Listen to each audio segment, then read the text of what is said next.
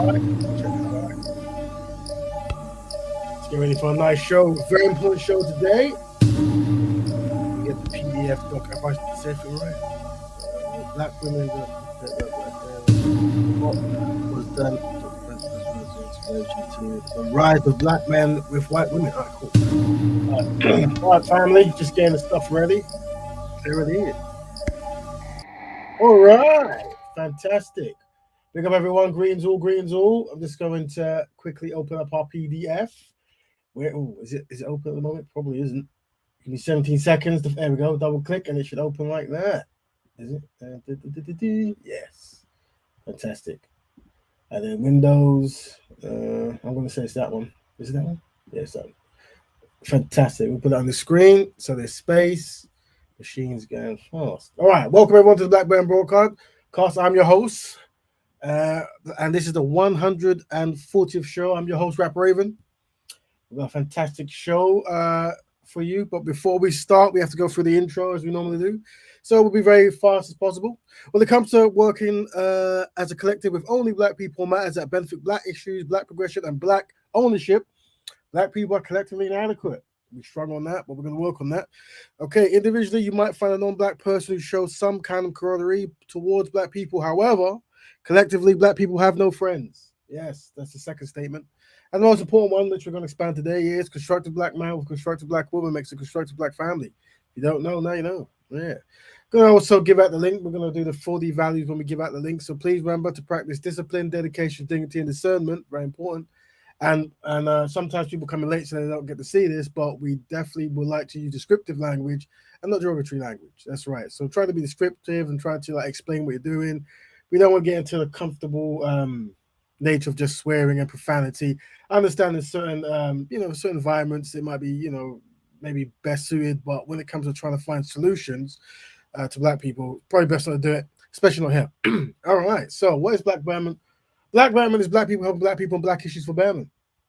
That's what it is, and this entire podcast is set up for that reason. You see, that's right. We promote that lifestyle, Black Betterment. Yada yada yada. So yeah, we're here to help black people, our collective, progress, furtherment, all that good stuff. We're going to show. Was one video. I might show a bit more, but there's one video we're definitely going to watch today.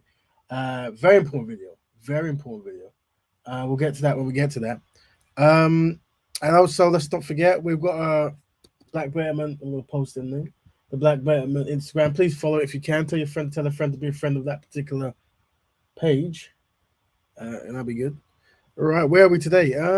Yeah, so we've got two topics. This is the continuation. So we started a few weeks back, and we're going to continue until we get into our stride. Black women are very important, as you all know. So whenever there's a black woman issue, we take our time to make sure we get it right for black women. And black women don't feel protected by black men. Let's fix this. Part 4, apparently. I think it's part 4. And also, what was Dr. Francis Cress Welsing's explanation to the rise of black men with white women? Kind of correlates with certain things as well. So we're going to play that. It's very important, very good. I definitely think we should be listening to more Francis Cress Welsing. And maybe in the intro, I might try to incorporate more quotes from sisters like that and others. Very important stuff. So just last week we very important week last week. We were asking black sisters, how they feel. Do they feel protected by black men? And week to week, we kind of got the same response. No, it was the overall answer. So one thing we tried to do was maybe we should set up a scenario at some point. We let black women just speak and give their testimony of how they feel about certain things. And as men, we try to unpack it and find solutions. Unfortunately, though, there was a bit of an incident last week where a bit misunderstanding between one of the elder brothers and one of the sisters. And one of the sisters left and she wasn't best pleased. And we had to kind of ask one of the brothers that, it might be best for him to be on the panel if we're trying to find solutions for sisters and your presence is making them uncomfortable. So last week we had to do that. So we have to have an apology to that sister. So I don't know if the sisters listen this week, but if you're here, feel free to jump in again this week for us to talk and finish what we started last week. And obviously for us, the Black Betterment Broadcast, to just extend our apologies. We try to make everyone feel included. And it's very challenging because it does take a lot for people to actually come on the internet and give their stories. And we don't want people to feel judged or belittled or anything like this. And if we do see it, we're going to try to work to minimize it and get rid of it completely. And that's what we're going to try to do. And hopefully we've done that. But I don't know if the sister's there or not there. But she's always welcome back whenever she wants, and hopefully we can go from there. So fantastic. Where are we? Let's see if I go back. Uh, so so what we're going to do this week, very important. Peace to all the sisters there. Um, we we're always inviting brothers to come in and try to express themselves to break down like what is their thought processes after realizing that so many sisters don't feel protected and valued in the black community, and like what is to be done. I guess that's something that we're trying to start that conversation, and we're getting some new men jump on, and it is good. We're gonna go at a slow pace, but this is important. What we're going to do now, we're going to look at a very good show, and hopefully we can get more. It'll be good if what I want to do, we're going to watch some old show from the 70s featuring Frances Cress Welsing, very important sister, very important. And what I want us to do is just look at how they conduct themselves, look at how they try to find solutions. Very important because I think in this new age of shock and splendor and this kind of stuff and pomp and this kind of thing, where a lot of adrenaline and branding and all this high energy kind of internet age, social network age. Sometimes we forget that that's the basic conversation is what we need, and people will come on and people have different ideas, and people are going to come on this show and have different ideas. But we definitely want to create a scenario where civilized, sophisticated, and with a black first reasoning. Regardless of what we're doing, we want black people to win. So we're gonna watch this debate. This one is about it's in the Tony Brown show in the 70s, and it's just based about the high rise of black men marrying white women, which is it's always been on the high rise to them. But it's just their particular in the 70s. So let's listen to that while I get some other things ready. Increase. And this is the part one of a two-part series entitled Black Man, White Woman. Significantly, it was not entitled Black Woman, White Man because in the last 10 years, the statistics indicate that there is a significant increase in relationships between black men and white women and a significant decrease in relationships between black women and white men. With me to discuss this very volatile issue are two leading psychiatrists, Dr. Cress Welsing, a member of the psychiatric department of the medical very important system. Make sure you know about this system. College at Howard University, and Dr. Alvin Poussant, a psychiatrist, a member of the Medical College at Harvard University, and author of the well-known book, Why Blacks Kill Blacks. To begin with you, Sister Welsing, why do you believe, basically, black men are becoming so significantly attracted to white women, or is it vice versa? I'd like to turn it around.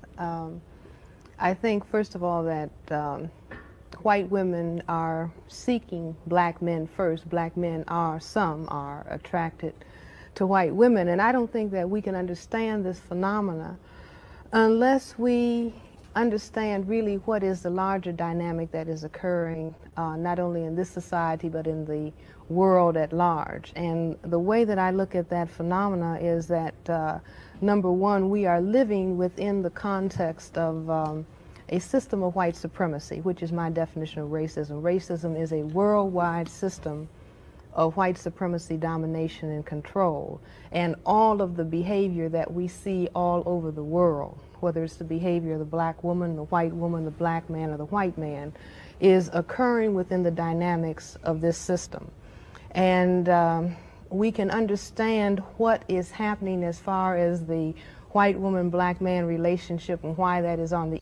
Now, I posted the show link. Feel free to jump in if you have anything you want to say. This show is about black men. Black women don't feel protected by black men. Let's try to fix this. But we're also looking at Frances Cress Welsing discussion, black men's rise of interest in white women from the 70s. I think this is also intertwined in the value question myself, as in black women feeling protected and valued.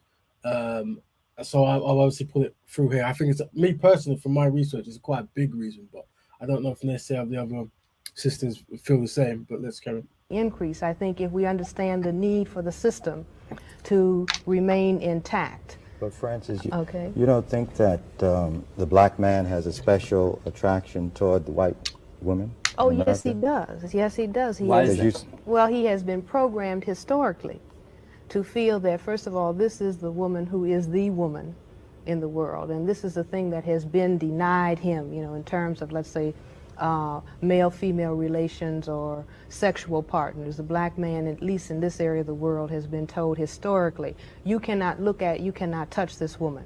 And so at that level of social dynamic programming, yes, the black man has always felt, well, this is the one thing that I have been denied in this society.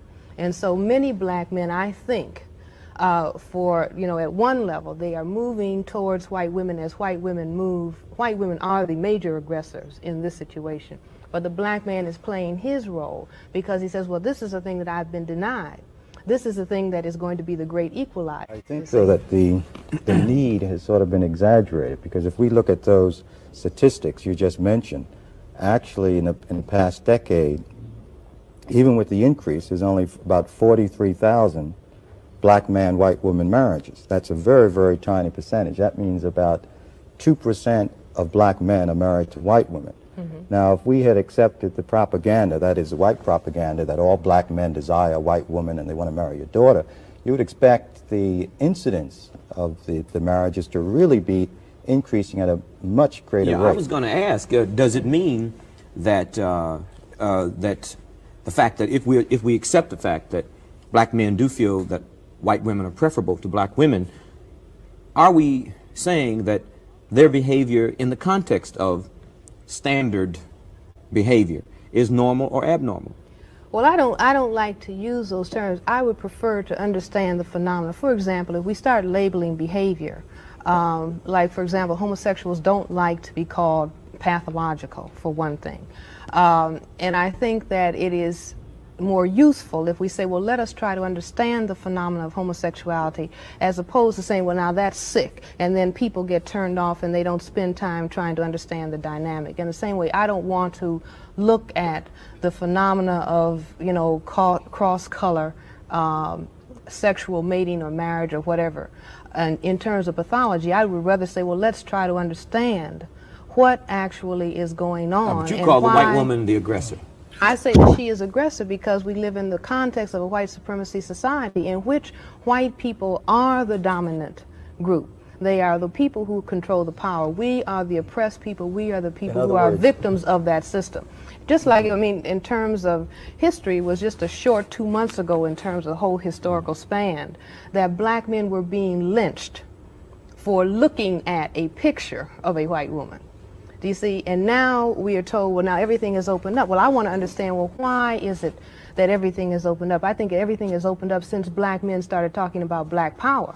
Very good point there. That's something very important. That when you start talking about black power, then there's a different dynamics. There's a new option available. And the question we have to ask is, does that option also then undermine black power?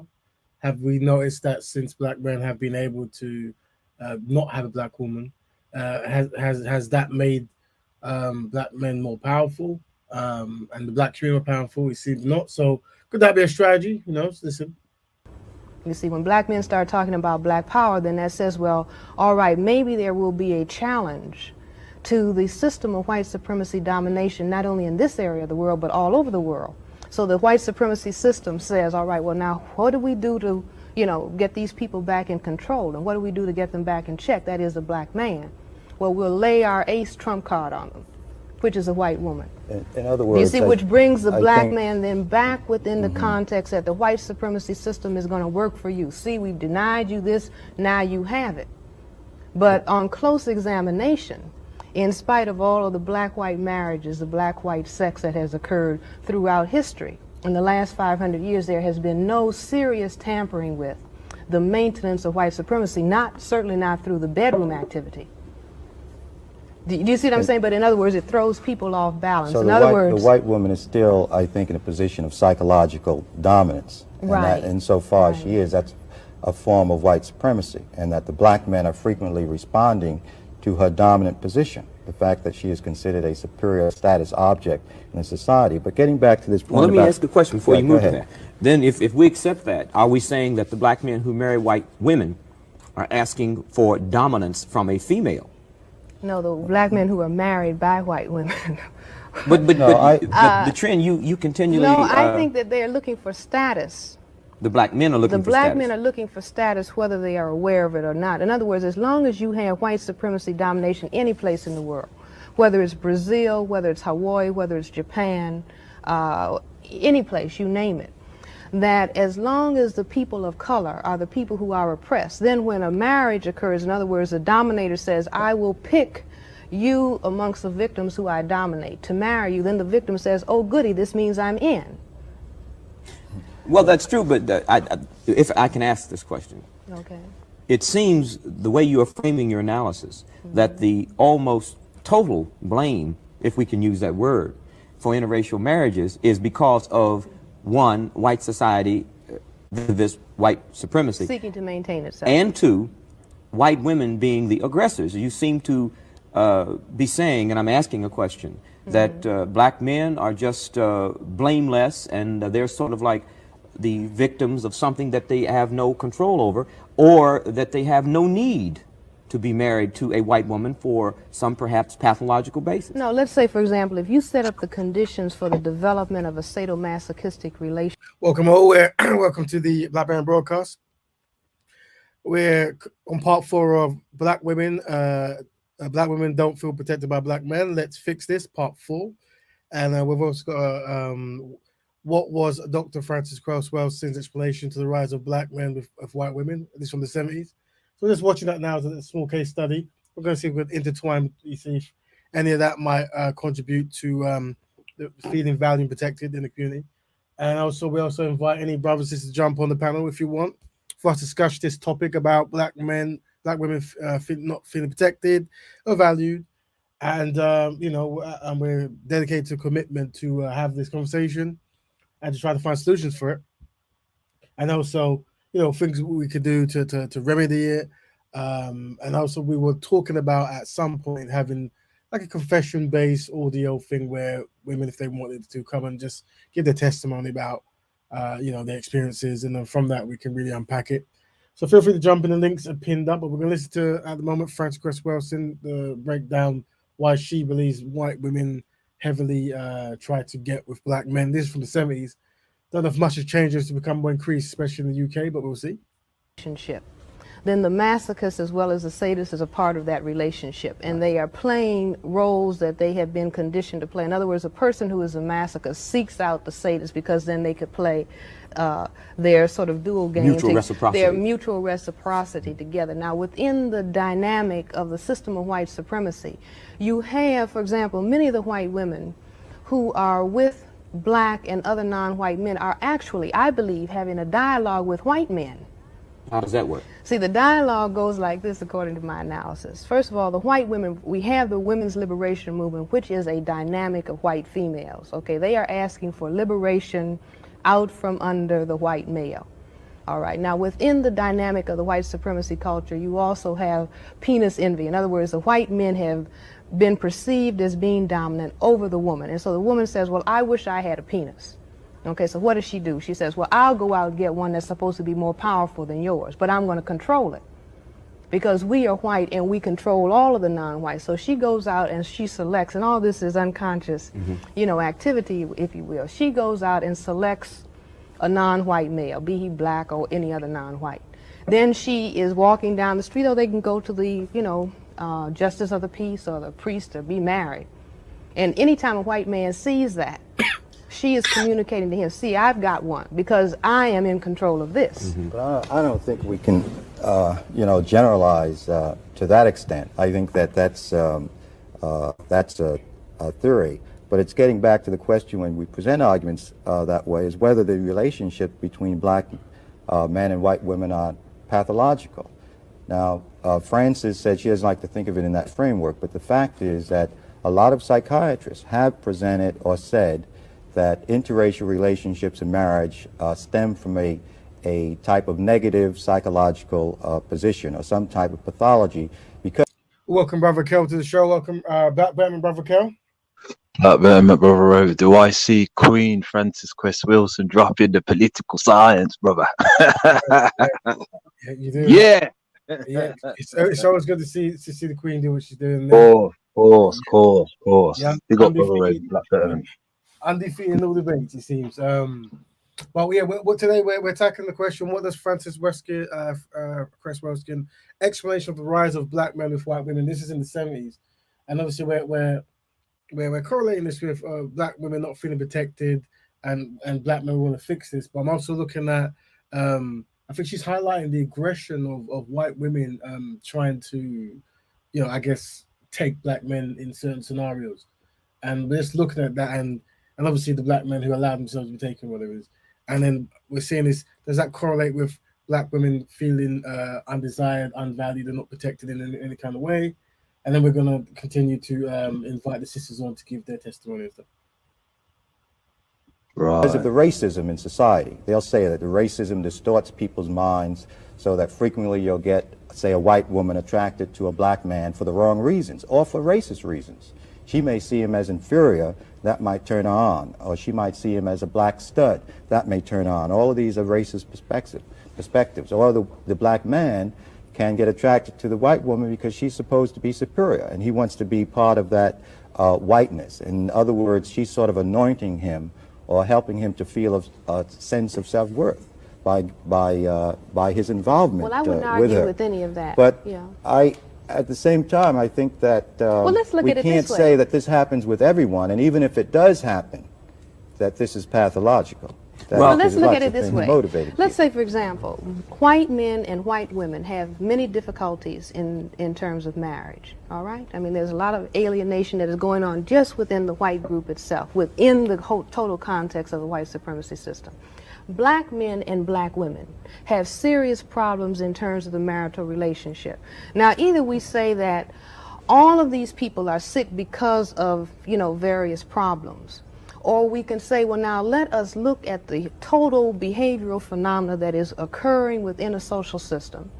Let's not bother to label it, but let's begin to understand what is happening. Do you see what I'm saying? Because there are many, many problems. I wouldn't want to say that I don't think it's useful. At one level, we can say, all right, these are pathological relationships, the problems that black men and black women have. Or we can say that the problems that white men and white women have are pathological. But I don't think that society is because once you say pathological, then which means sick. Which means sick. Then people who can be helped by understanding the dynamic, they're turned off because they don't want to be labeled as sick, but they may want to understand the phenomenon. Well, for purposes of analysis, let us assume. Like, let's say everybody who comes to a psychiatrist doesn't want to be labeled as sick. They say, I have a problem. I don't understand how I am relating to this other individual and the product that we have that I don't want. Let me help me understand it so I can straighten it out. And this is where I'm coming from. I don't want to create a big thing about that. At the same time, though, I think we can recognize certain. Welcome, Empress Kush, to the Black Man Broadcast. Black Betterment, Empress Kush. Black Man. Good to join. Like I said, anytime you want to pause or anything, just say pause and we'll pause. We're listening to Francis Cress Welsing at the moment, just unpacking the phenomenon of black men and white women dating or marrying in the 70s and her diagnosis of that for them. Things that, I don't know if we want to call them sick, but that are distorted. For instance, I've seen black men married to white women, and essentially they hate other black people, that they have sort of joined the oppressor and are actively anti-black. And an expression of self-hatred. That's right. It's an expression of self-hate for them to marry a white woman. But now, on the other hand, I see some black men who are married to white women who remain militantly black. Well, couldn't that be a defense mechanism? But there's a contradiction. But being militant, let's deal with this. Some of our most revolutionary blacks have white women. Now, many blacks suspect. That's an important point, Nate. He said, that's a true statement. Most revolutionary blacks have a white woman. Let's carry on, see what he said. And it's an open secret that their militance is simply a defense mechanism so that they can deal with their need for a white woman. Well, but look at it this way. Many of those so-called militants who are married to white women, I think it's because of the way that they have defined the problem for themselves. Many black people who a white person will say, well, that person is militant because the person happens to be saying black power. They are not really talking about the overthrow of white supremacy. They're talking about workers of the world unite, maybe. Do you see what I'm saying? Very solid point there. 10 points for that. And this is Very solid. very solid. This is why Very the solid. sister is 10 points above everyone else. Of And course. this is something that we try to highlight here. You see, like, is someone really talking about Black Power, or are they talking about integration and kumbaya and let's work together to find this kind of issue, whatever.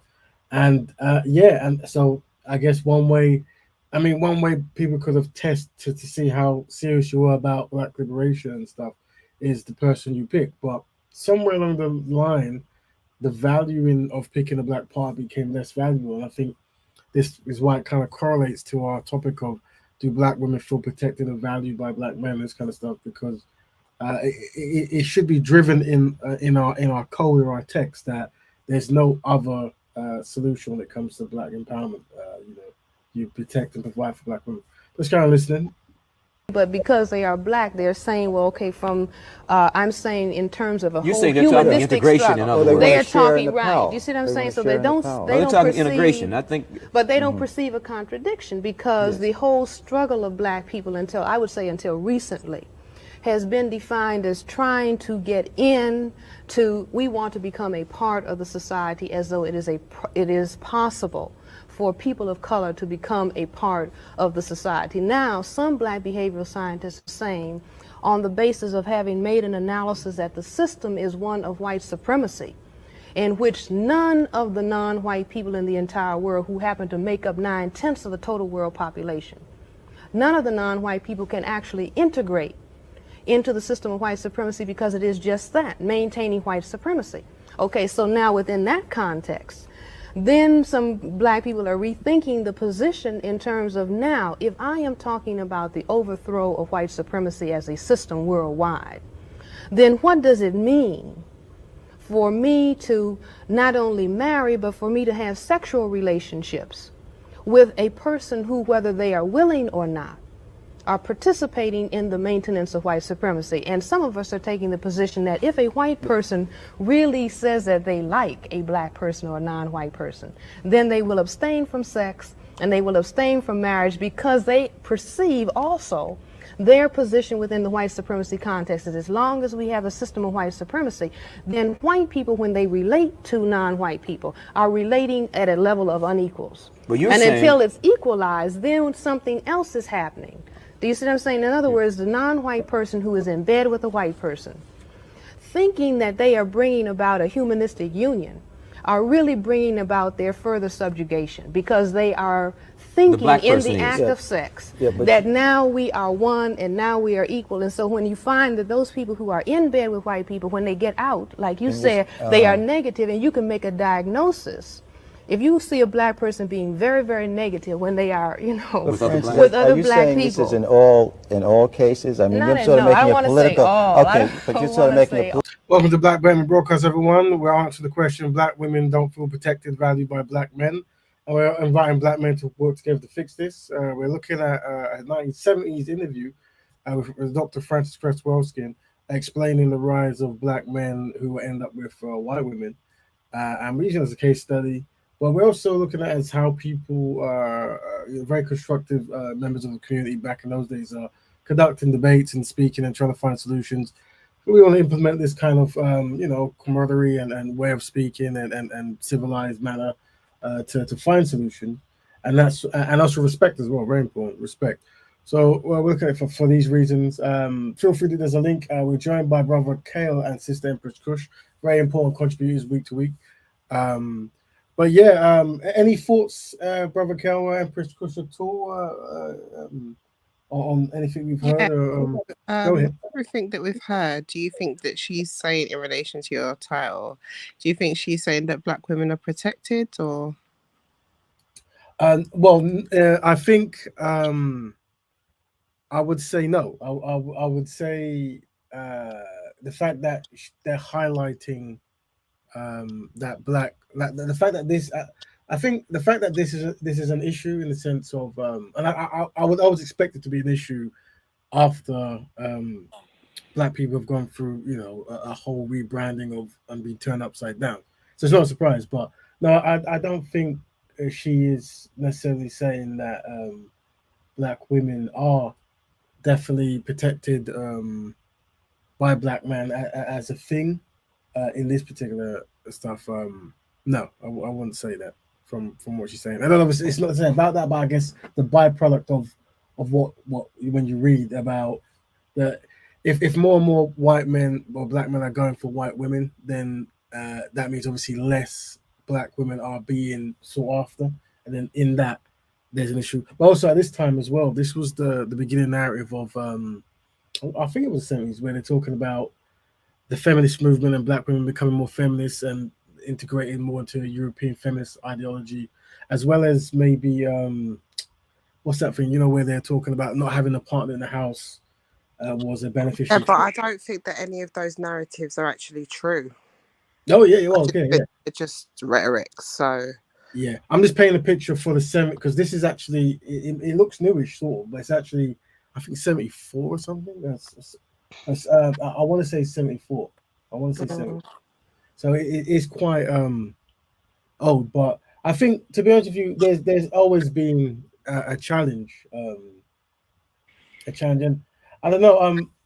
I just think, like, I think, to be honest with you, what I'm trying to say is that I think when it comes to this kind of stuff and dating out, I think black women are just very tactful about talking about this. Do you know what I mean? Like, I appreciate that it's you and Cal talking about it, but I just think if this topic's going to be talked about, it needs to be from black men who are about black betterment and not black women, because the narrative of black women caring so much black men who disrespect them while dating out is like there is 1,000 documented talks, conversation, podcast channels dedicated as like making that narrative that we just don't care like that. So although I understand that that could be a reason, like I don't know, like a reason to why black women are not protected because black men are dating out.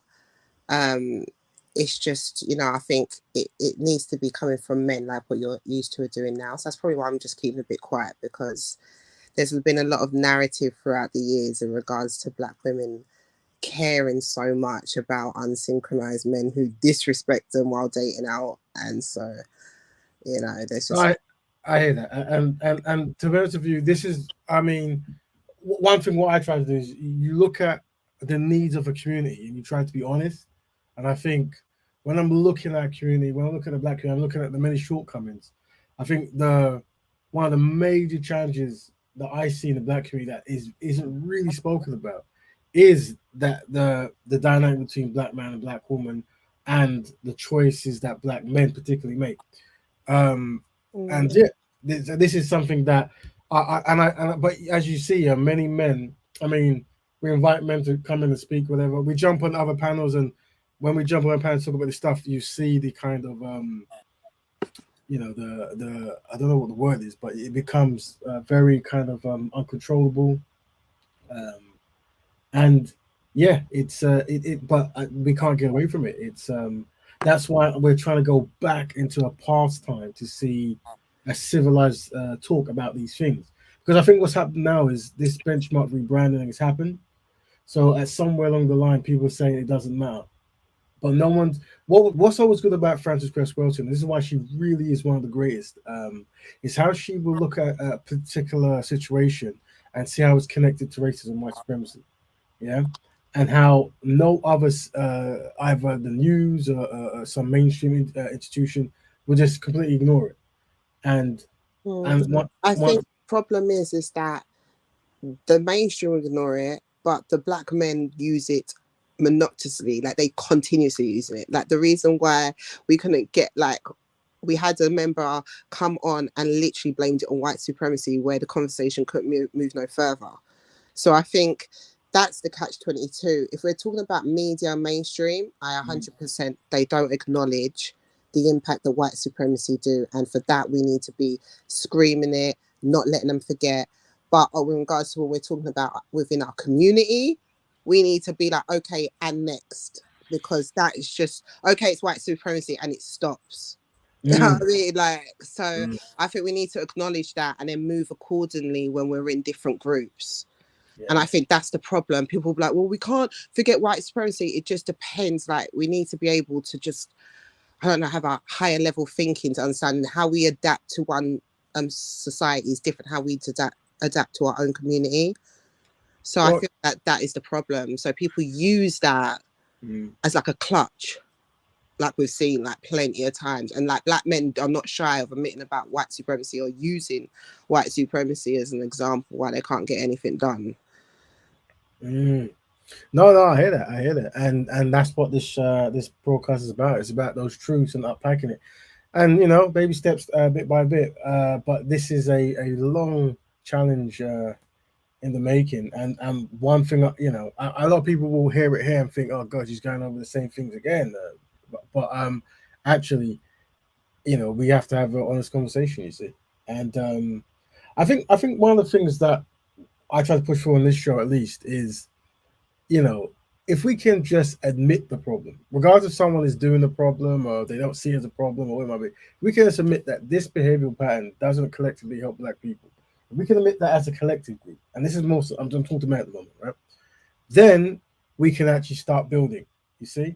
But if we believe that certain things we're doing actually is beneficial or doesn't have an impact on the community, this is problematic. And I think the reason why I think it's important is when we have this narrative about black men and not picking black women, and then we have a whole defense of it. What we're saying is the needs of black women doesn't count, because obviously if you're not with a black woman, everything you're doing is now benefits for another community group. So that's the adult conversation that black men have to have. But I think for many black men, it's very crippling. And I couldn't tell you that black men, you're gonna have to jump in and let me know. Are you a black man? Are you currently seeking a non-black woman, or are you in a 20-year non-black relationship? Do we observe other community groups who are about their community at a high rate marrying outside? How do those communities deal with their women saying they don't feel valued or protected? Do they rise for the challenge? It really is a interesting one. But yeah, like I said, we are here to find answers. Go ahead, brother. I think you said something. Yeah, what I found very politically correct from Queen Frances Cress Welsing is that she made it perfectly clear, which a lot of us know, is that they the unsynchronized black man, when they go out of the race, is to do with the status of reaching the ladder of white supremacy. And what she said was that because the white man has marked the white woman to be, some form of image and superiority, and that can make the black man say, well, as long as I'm protecting the white woman, then nothing else matters. And that's very important how she mentioned that as well, because you do see that, growing up, not to disrespect the Rastafari movement. I have relatives in there, or the Pan-Africanist socialists, you know what I mean? But you do see that kind of thing where they are kind of, they say that they're pro and then they're with non-African women. And then when it comes to protecting black women, there's a thing, well, they can take care of themselves. You literally see, it's like, now that they'll be all right. They can bear pain and etc. And what she said, man, was key, man. We have to capitalize on that and sort that out, man, because she's right. Yeah, and I think it does come down to a certain point. How do we as men, how do we react? So obviously now you have people like Brother Umar, big up to him, who then becomes memes. And every time maybe a black celebrity all over the world loses money because of this process, whatever, he becomes a meme or he does a little thing on it. And I think the question is this a topic that black men want to rally behind, or is it not important? And this is, black men, you'll have to let us know. Obviously, as a synchronized black man, it is very important, but the question we have to establish, and this is the challenge that we have to really establish, is how many synchronized black men are there? Because if we don't have that many synchronized black men, then that clearly highlights maybe why our community is where it is, and we struggle to really get anything going, because the fundamental first of every community, black man, let me say man, woman, and child, just say that way, really. But obviously in our context, it'll be black man, black woman, black child. If we can't even get that right, then that's probably why why there's so many issues. So if you're a black man out there, let us know. Are you a synchronized black man? Do you synchronize these ideas about black man, black woman, black child? What do we do to promote that? And also, what do we do to try to guarantee that black women are getting quality black men? But the thing is with our brother Raven is that the community, and this is going to be very controversial, whether it's in your family or not, you should disapprove when you see interracial relationship, because what I've noticed is that we want to be accepted. This is like human behavior and that, right? You want to be part of the crowd, you want to fit in. If black people collectively are shunning and disapproving, saying, well, we don't rate you doing that, it's going to make us think, shall we bring this around? Like, for example, you mentioned Dr. Umar Johnson, man, and big up to him. He's a child of Garvey like myself, and the rest of us, right? And he was saying that when he goes to the airport, the unsynchronized black men, they hide. It's like they're not with the ice woman. And and he says that they will hide, and he's seen them already. I know you with the ice woman, but the point is that they understand that there's no validation if I'm around Dr. Umar Johnson, if I'm with my ice woman. So we need to kind of disapprove of it, man. Whether online or in that everyday life, our family members who are in those predicaments, you need to say, well, no, I'm not going to go there because I don't agree with interracial relationship. It doesn't benefit the community. No, I'm not going to reward you for that. If we keep doing that, then things will change bit by bit. Very interesting. Very interesting there. We're going to carry on listening. If you guys want to pause at any time, just pause. The link is in the forum pinned at the top. Family, feel free to jump in. We'll listen to sister Frances Cress Welsing. Political statement. But you have to agree. I'm saying that the act of sex is a political act. Yeah. Do you see? Just like When every it's other between act. people of blacks and whites. Every act is a political act because when people relate, they are always relating on the basis of power. Do you see what I'm saying? Whether they are aware of that or not. You can never get away from that. And so even when people of different colors are relating, the question of power is brought into play. For example, so literally, all my cousins born in the UK are a result of mixed relationships. I assume your family maybe from the Caribbean, I'm assuming. And yeah, that this is the thing. It's so widespread, and it is so widespread. But and this is something one day I want to get as well. It's very important if I can get the data on how wealth is spread in the UK, percentage-wise. So the percentage of black men or Caribbean or African men, and then how wealth is spread. That would be very interesting to see if there's a balance. I know there's no balance. I just haven't got the data. But you know what you should do though, because like you're literally in a privileged position, you and Cal, because you're surrounded by brothers that are doing that, and you're cool with them. So you should invite them on and then ask them these questions directly. The thing is, I'm actually not surrounded by. When I say surrounded, I mean like on the YouTube. We know. Oh right. Oh, those guys won't come on. Oh no, they so because we're talking about YouTube, we're not talking about personal. So what I'm saying is on the YouTube, right. we could ask them to join the panel, and you can ask them these questions.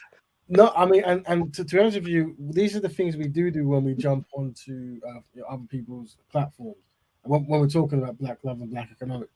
But I do think a lot of men would, because I think they would be quite ashamed, to be honest, to talk about at least, like a lot of the times because when I used to see Brother Kel on certain platforms and I would jump in because I've noticed that he's talking about black love and stuff, and then this is very defensive, and once again this is a black man issue, whatever, of why that is. But interesting enough, usually on those panels there is usually white women on those panels, and they're also kind of like not cheerleading but refereeing to an extent of how the black men react and this kind of stuff. It is a very important thing, and I guess what we could do, at some point, is translated into questions like, how does marrying non-black women benefit the black community? Like, so if we can get answers to that, then we can quantify. Like, okay, well, I see why that might be beneficial, but maybe to start that conversation, like, what does this do? And are we in a position now where we can actually afford to constantly keep on taking our economics and but so what's I guess one thing that what I wanted to tackle as well is a psychological challenge of black men in general, in the sense of, because it's the ratio of the marriage. It's like black men and say the black collective and the European collective, the ice people and some people. When you look at these two dynamics, right, the history is quite brutal, isn't it? It's quite brutal. And I said it before, you don't really observe other communities that has had such a brutal past really engaging in marriage and wealth sharing at that rate in any other kind. You don't really see that, but you do see that in the black community, and that makes me conclude that this is still a byproduct of racism, and obviously self feeling less important, inferiority complexes. Why didn't the women do it then? Say it again. Why didn't women do it at the same amount of why don't women do it? Yeah, the black women. Well, I think me personally, from my research, I think what's happening is men are choosing, right? Men are choosing, and because we definitely highlight a economic connection to this, as in how to get economics. You tend to find that men are the ones who own the wealth. So white men already own their wealth, and the interest in so many black men to an extent is the small wealth they might be able to generate, especially when you talk about music and sports and these kinds of things. So I think there's definitely a latching on to taking that wealth and putting it into their community. While black women, I don't think that's the alluring feature. Now, yeah, I understand what you mean there, but I was just saying on a point of what you're saying, that no other race does this, but black people do. And I think it should be a point to mention that it's actually the black men that are doing it. What you said there is very important. Very important. And I think it's so important more than ever that we have to be specific now, because I can see now the reason why certain people say that, because you need to. I agree. I actually agree. To people, yeah. Don't say no more. I agree. Yeah. I agree. I think highlighting. I said before, I think highlighting the shortcoming of men. So just the goal is to have men be challenged and feel like there is something to step up to fix. And sometimes if you're not using men directly, then the awareness won't be there, or they can hide behind a collective name and not feel like much needs to be done. And I think because when we look at the 70s, the 80s, the 90s, the 2000s, we're seeing a pattern that's constantly growing. Then all over the world, we can say that black men. But this is what I think. But this is the question I'm asking. What is to be done, black men? Really, what is to be done? It is quite something. I'll big up all the people that have recently just come back in the chats, and the link is there. Don't forget to click the like button as well. But come and join in. Come and join in. This is not an easy topic. We only tackle very challenging topics here, but we tackle it because we care about our community, and obviously we definitely care about the black women. And I think there's been many heavy lifting that black women has had to do for so long. And the question is, should black women have to do it anymore? And I guess the answer is no. And also this was spared by the question, the answer, sorry, that black women don't feel protected by black men. Let's try to fix this. And then we're looking historically at Frances Cress Welsing doing an interview in the 70s about what motivates men then, black men, to end up with white women. And then Brother Kel was saying that there needs to be a way of reviewing this and looking at this to make it unfavorable of black people to agree that this is not favorable for black community if we're trying to progress, because all our resources are leaving, and more importantly, our women are not protected or valued because they're not in the equation to receive the protection of the wealth from the particular man who's picking the particular one. Let me ask you another question. Do we not just at some point just say, okay, instead of diving into when we kind of know the ins and outs, we've already had the greats telling us why. Is there a reason to still focus on the people that choose to date out and not highlight or focus or move collectively with the ones who just get it? Well, me personally, yeah. So this is why these people, regardless, even if we've won the fight, there's going to be a fraction. Of course, there's 10% that's going to do that. So yeah, and ultimately, the reason I would use terms back in the day is open door elite, and these kind of words, and the reason and black betterers and this kind of stuff, right? And the reason I say is because ultimately you have to ignore people. Ultimately, the guys and the girls who want to do the most constructive things are the ones who are going to have to lead, and the opinions of those who don't will be irrelevant. I guess what we're doing now is there's always going to be people who are on the fringe or the edge who are unaware or they're new to something and they haven't made a choice that's going to limit them, and they have that choice to join that open door elite concept. You see what I'm saying? I think for the most part, I'm always talking to those people. There's certain people that's like, it's not that they're too far gone. I wouldn't use that term, but they've been conditioned by the world to be the world, and they're in that current condition. They're of no use. That brings a lot more clarity to that. Then that's more understanding if that's who you're speaking to. Yeah. The thing is, the unsynchronized black man is extremely high. This is why there's many challenges. But the problem is, a lot of the synchronized black men are hidden, or they're not connected, or they're somewhere else doing something else. And it's about trying to create as many kind of branches for them to see. And this happens with me. Like I speak a certain way, and by speaking a certain way publicly, brothers and sisters like yourself will reach out and connect, and then we can do constructive work. Had I have just felt that black people are finished, I doubt I would have run into other constructive brothers and sisters because the message wouldn't have gone out there. So yeah, I'm not saying black people finished, right? I'm literally saying the opposite, that there's people that are literally overs and have more focus on. But I hear you.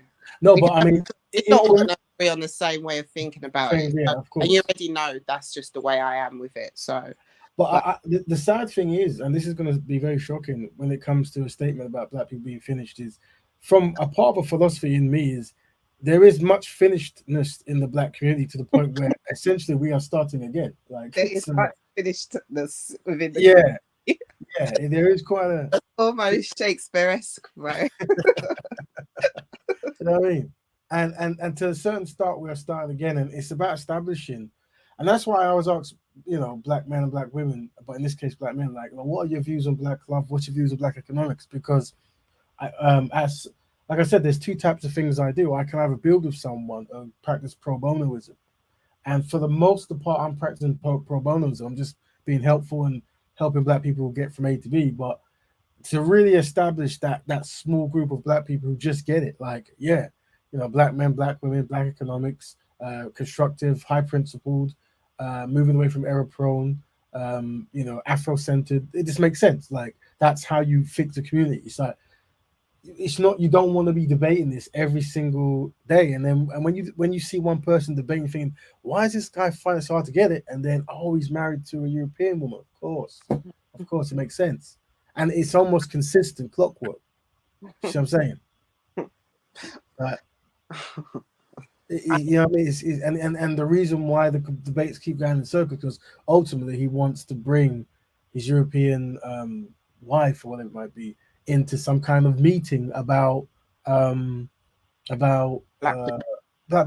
And I remember I was on a panel the other day, and I remember there was a European woman from some other, I don't know what country it was. I wasn't listening too tough, to be fair, but there was a Nigerian brother, African brother, who was with this particular Eastern European woman, and she was like, I need to come to your meetings because I've got kids with Nigerian man, and I need to know what you guys are doing. And I said, well, do the men in your community invite him to anything they're doing? He goes, of course not. No, why would they? Do you see what I'm saying? It's like that's how, Yeah, that's how easy it is to infiltrate black people. Because, and once again, there's many unsynchronized black men. They open in the door.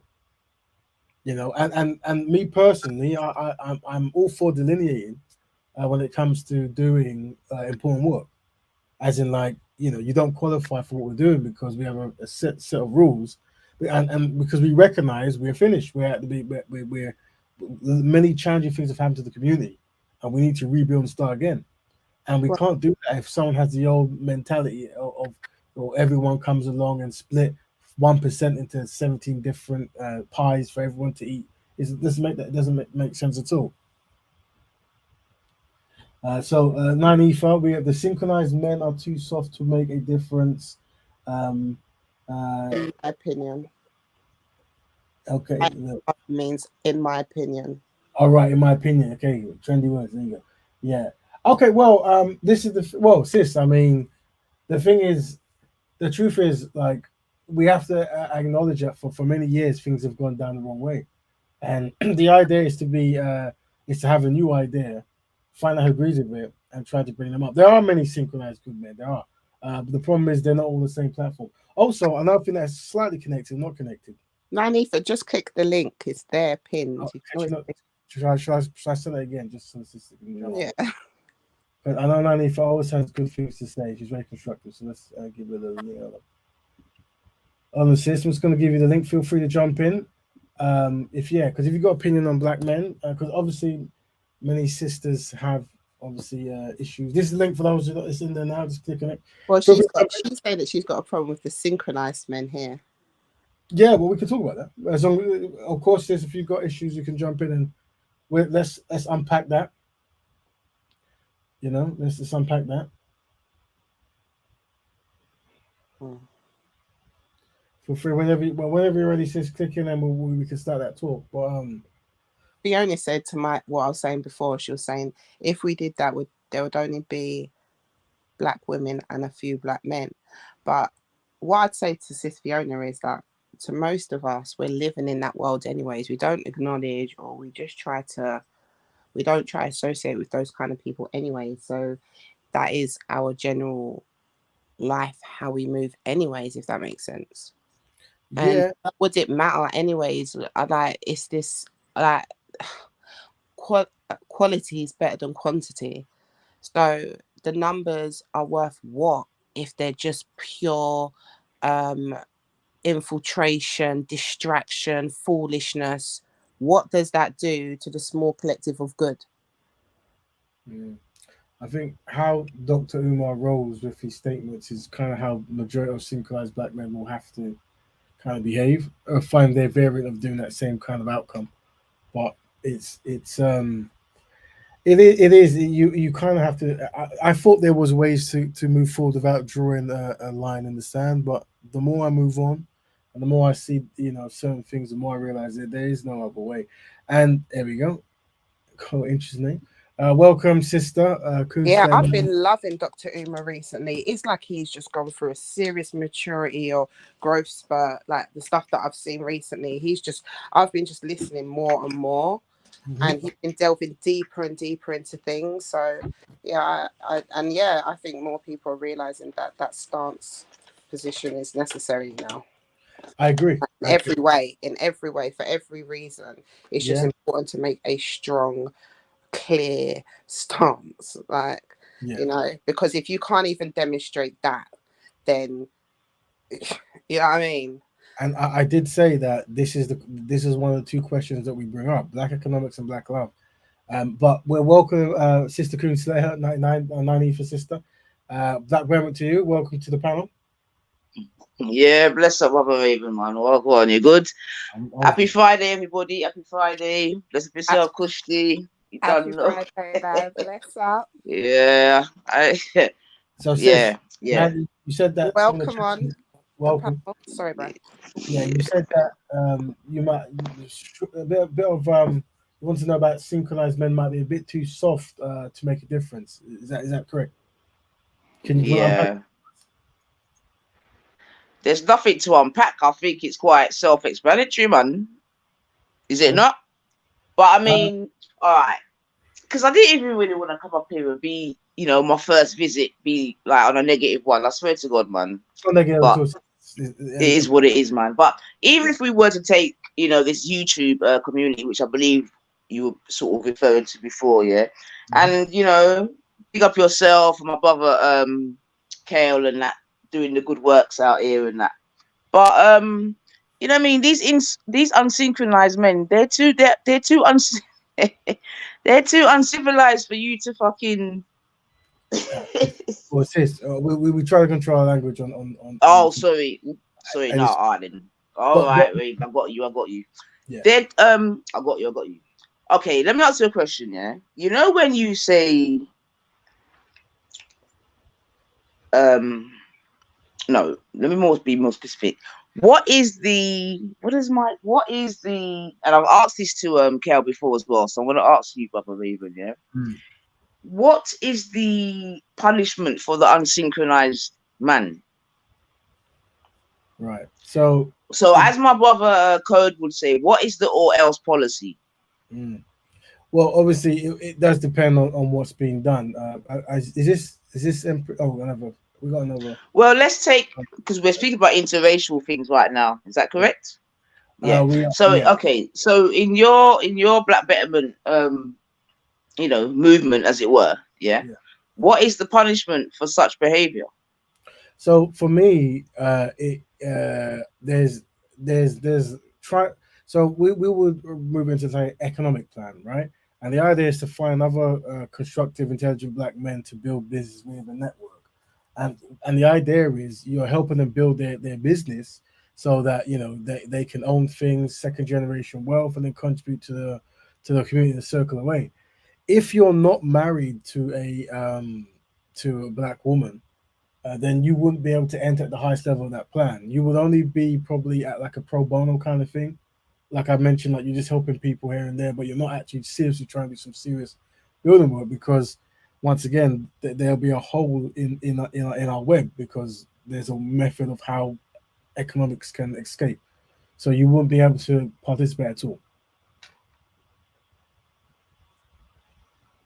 So let's just say that as four on the panel, where we're trying to make some product or app or something, right? And we're the chairman, right? Well, before we can be chairman, we have to agree that we have for Black Love and Black Economics. If people can't agree to this and they don't want to marry, they're not married to people from the community, then they won't be able to be on the board, and they won't be able to be a part of that initial initiative to make this particular product for Black people that might be funded by Black people. Maybe there's a community fund that we're doing because the community needs a certain particular thing, and we're gonna manage it at the high level. But you won't be able to join that because you wouldn't qualify for that particular role by the choices you've made. Right. So do you? Okay. Yeah. I mean, I'm hearing you, but again, I'm just like, I just don't think that there's no punishment for not being synchronized, in it. So even what I'm hearing you there, you know, for someone that's unsynchronized, that's a minor. Because he's still getting to say. Well, you could say that, but the thing is, this is so obviously there's so many different factions of Black progression, right? And economics is one of them. And what we're saying is they can't really participate at the highest level. Because ultimately, economics is one of the most important things in the community, you know, and it's one of our biggest challenges, if not our biggest challenge. Well, I would say it's now Black Love, really, but outside of Black Love, it's Black economics. But they're also intertwined.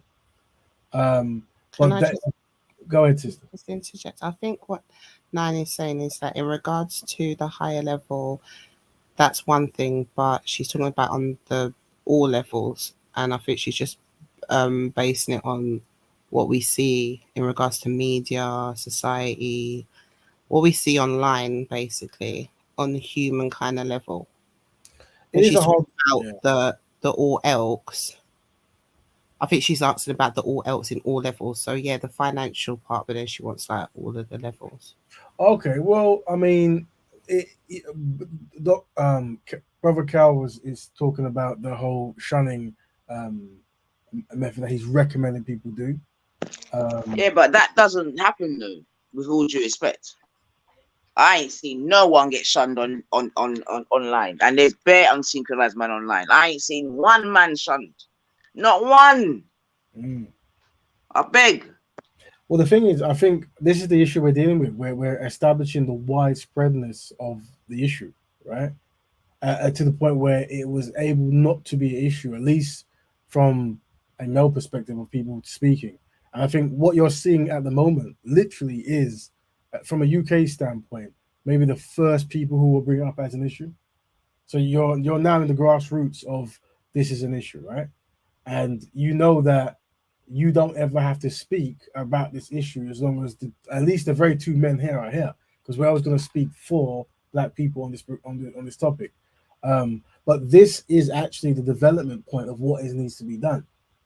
So it's yeah, but Rap, I'm saying, have you ever shunned anyone online for being in an interracial relationship? Well, I'm known for promoting only pro-black love, right? No, that's not why I asked you about. Have you shunned anyone? No, but I don't shun black people like that. I don't do that as part of when I'm practicing black Betterment. It's not something I do when I speak. So for example, I will be talking to a person. But I thought that was one of the methods. But let me explain, then you can jump in, right? So one of the things I talk. So for example, there are some very extreme people who speak about profanity, right? And they say that if someone swears, kick them off, don't let them speak. This kind of stuff. If that was the case, many people who slip up on the show will never speak again. So the idea is the persona I put forward, is one of understanding to deliver the reasons why we have a certain way of operating as we're trying to find Betterment. That's how I'm pretty much consistent with this concept, where I don't jump into all scenarios at a kind of like lockdown level. But when it comes to actually trying to build code or build things how we should react, that's for us as a community to agree. So this is something that Brother Ken is pushing forward, and this is something that we're inviting the black men to jump on to say, okay, if we. But this is what I'm trying to say. Big up to Brother Kale as well, yeah. But he ain't shunned no one either. But the thing is, one thing we've got to understand is we're all present where the idea is to recognize things that don't work in the community, and then present ideas, and then see if we get a consensus of this is how we should deal with it. This is so. Yeah, but is it? Well, no, it doesn't. To be fair, no? Because I'm hearing what you're saying, but what I'm trying to say to you is that I don't see it in practice. No, but so are you just saying these? Yeah, go on. No, sorry. The idea is to get a consensus. So what we're saying is tomorrow there's going to be a new complaint about a new something, right? So we have to establish if that complaint is grounded in anything, and then go, okay, what is a solution that we recommend is going to be the best solution for this issue? So, for example, you're here now, right? There was a complaint that when sisters went online, there was a form of bullying and they weren't protected. So a concept came up: why don't we have positions, right, where certain people become the shield to those sisters, and the sisters are only needed to speak in a certain kind of way when they deliver information. And what you're seeing on the board at the moment is that kind of idea. Like, there was a complaint, we've heard the complaint, so we have a strategy, and then we can test the strategy, or agree or refine it. But it isn't like, well, why haven't you done that now? It's like, okay, if we agree, then we can actually start rolling out and testing it to get people used to this way of speaking. Just like when you go out, before people were name calling, and the idea was this name calling is making it hard for us to actually reach someone because we're calling them certain kind of names, maybe coon, maybe pickaninny, this kind of stuff, right? And go, well, why don't we use more descriptive languages where we're actually describing what they are doing and what they're not doing, and we're saying that this is not a derogatory term. This is just us delineating from your behavioral pattern so we can establish who is more correct in working, so we can just work with them. So and then we go, does that work? So then we go to playfields and we practice that. You're unsynchronized, and here's what it means. So this is work in progress, but it isn't a dogmatic way, at least yet. It's not a dogmatic way of thinking yet. This is how it works. Go ahead, bro. Brother Raven, is that and big up to Sister 99, right? Is that when you understand the arts of nationalism, which I was taught at a very young age, and that, right? This is why people have a problem with this. When you go on YouTube, as I said before, you're promoting a message, an intention, and as I said, because it's so integrated that you have to kind of find out where our people are to get them on project, etc. And also that some of us, they may have the signs of unsynchronization. At the same time, you have to kind of like have hope, like, you know what, they could change. You have to have that kind of mindset, not to be too naive, but you cannot exclude them because, many of our Pan-Africanist leaders, they lived a certain lifestyle and they And became there you great. go. And that's what I'm saying. So, Boom, right, hold on, listen. beloved. Hold Yeah. on, beloved, right? Now, the No, thing I'm is not. But that from you said you can't exclude him. That's what I'm trying to say. no, And no, there's no, no sister, what else sister, policy, man. you're not Yeah. getting it, sister. You're not getting it because what I was saying is that offline, right? When it comes to nationalism, I can question people right now and ask them, do you shun your relatives who are in interracial relationship? Do you allow them in your house? Do you communicate with them? And people are going to say, no. For me personally, right, we do all that. We don't celebrate some of our relatives who are married to the white woman. We don't do them things, Sister Naive, and that. As I said to you, in Birmingham, it's very segregated.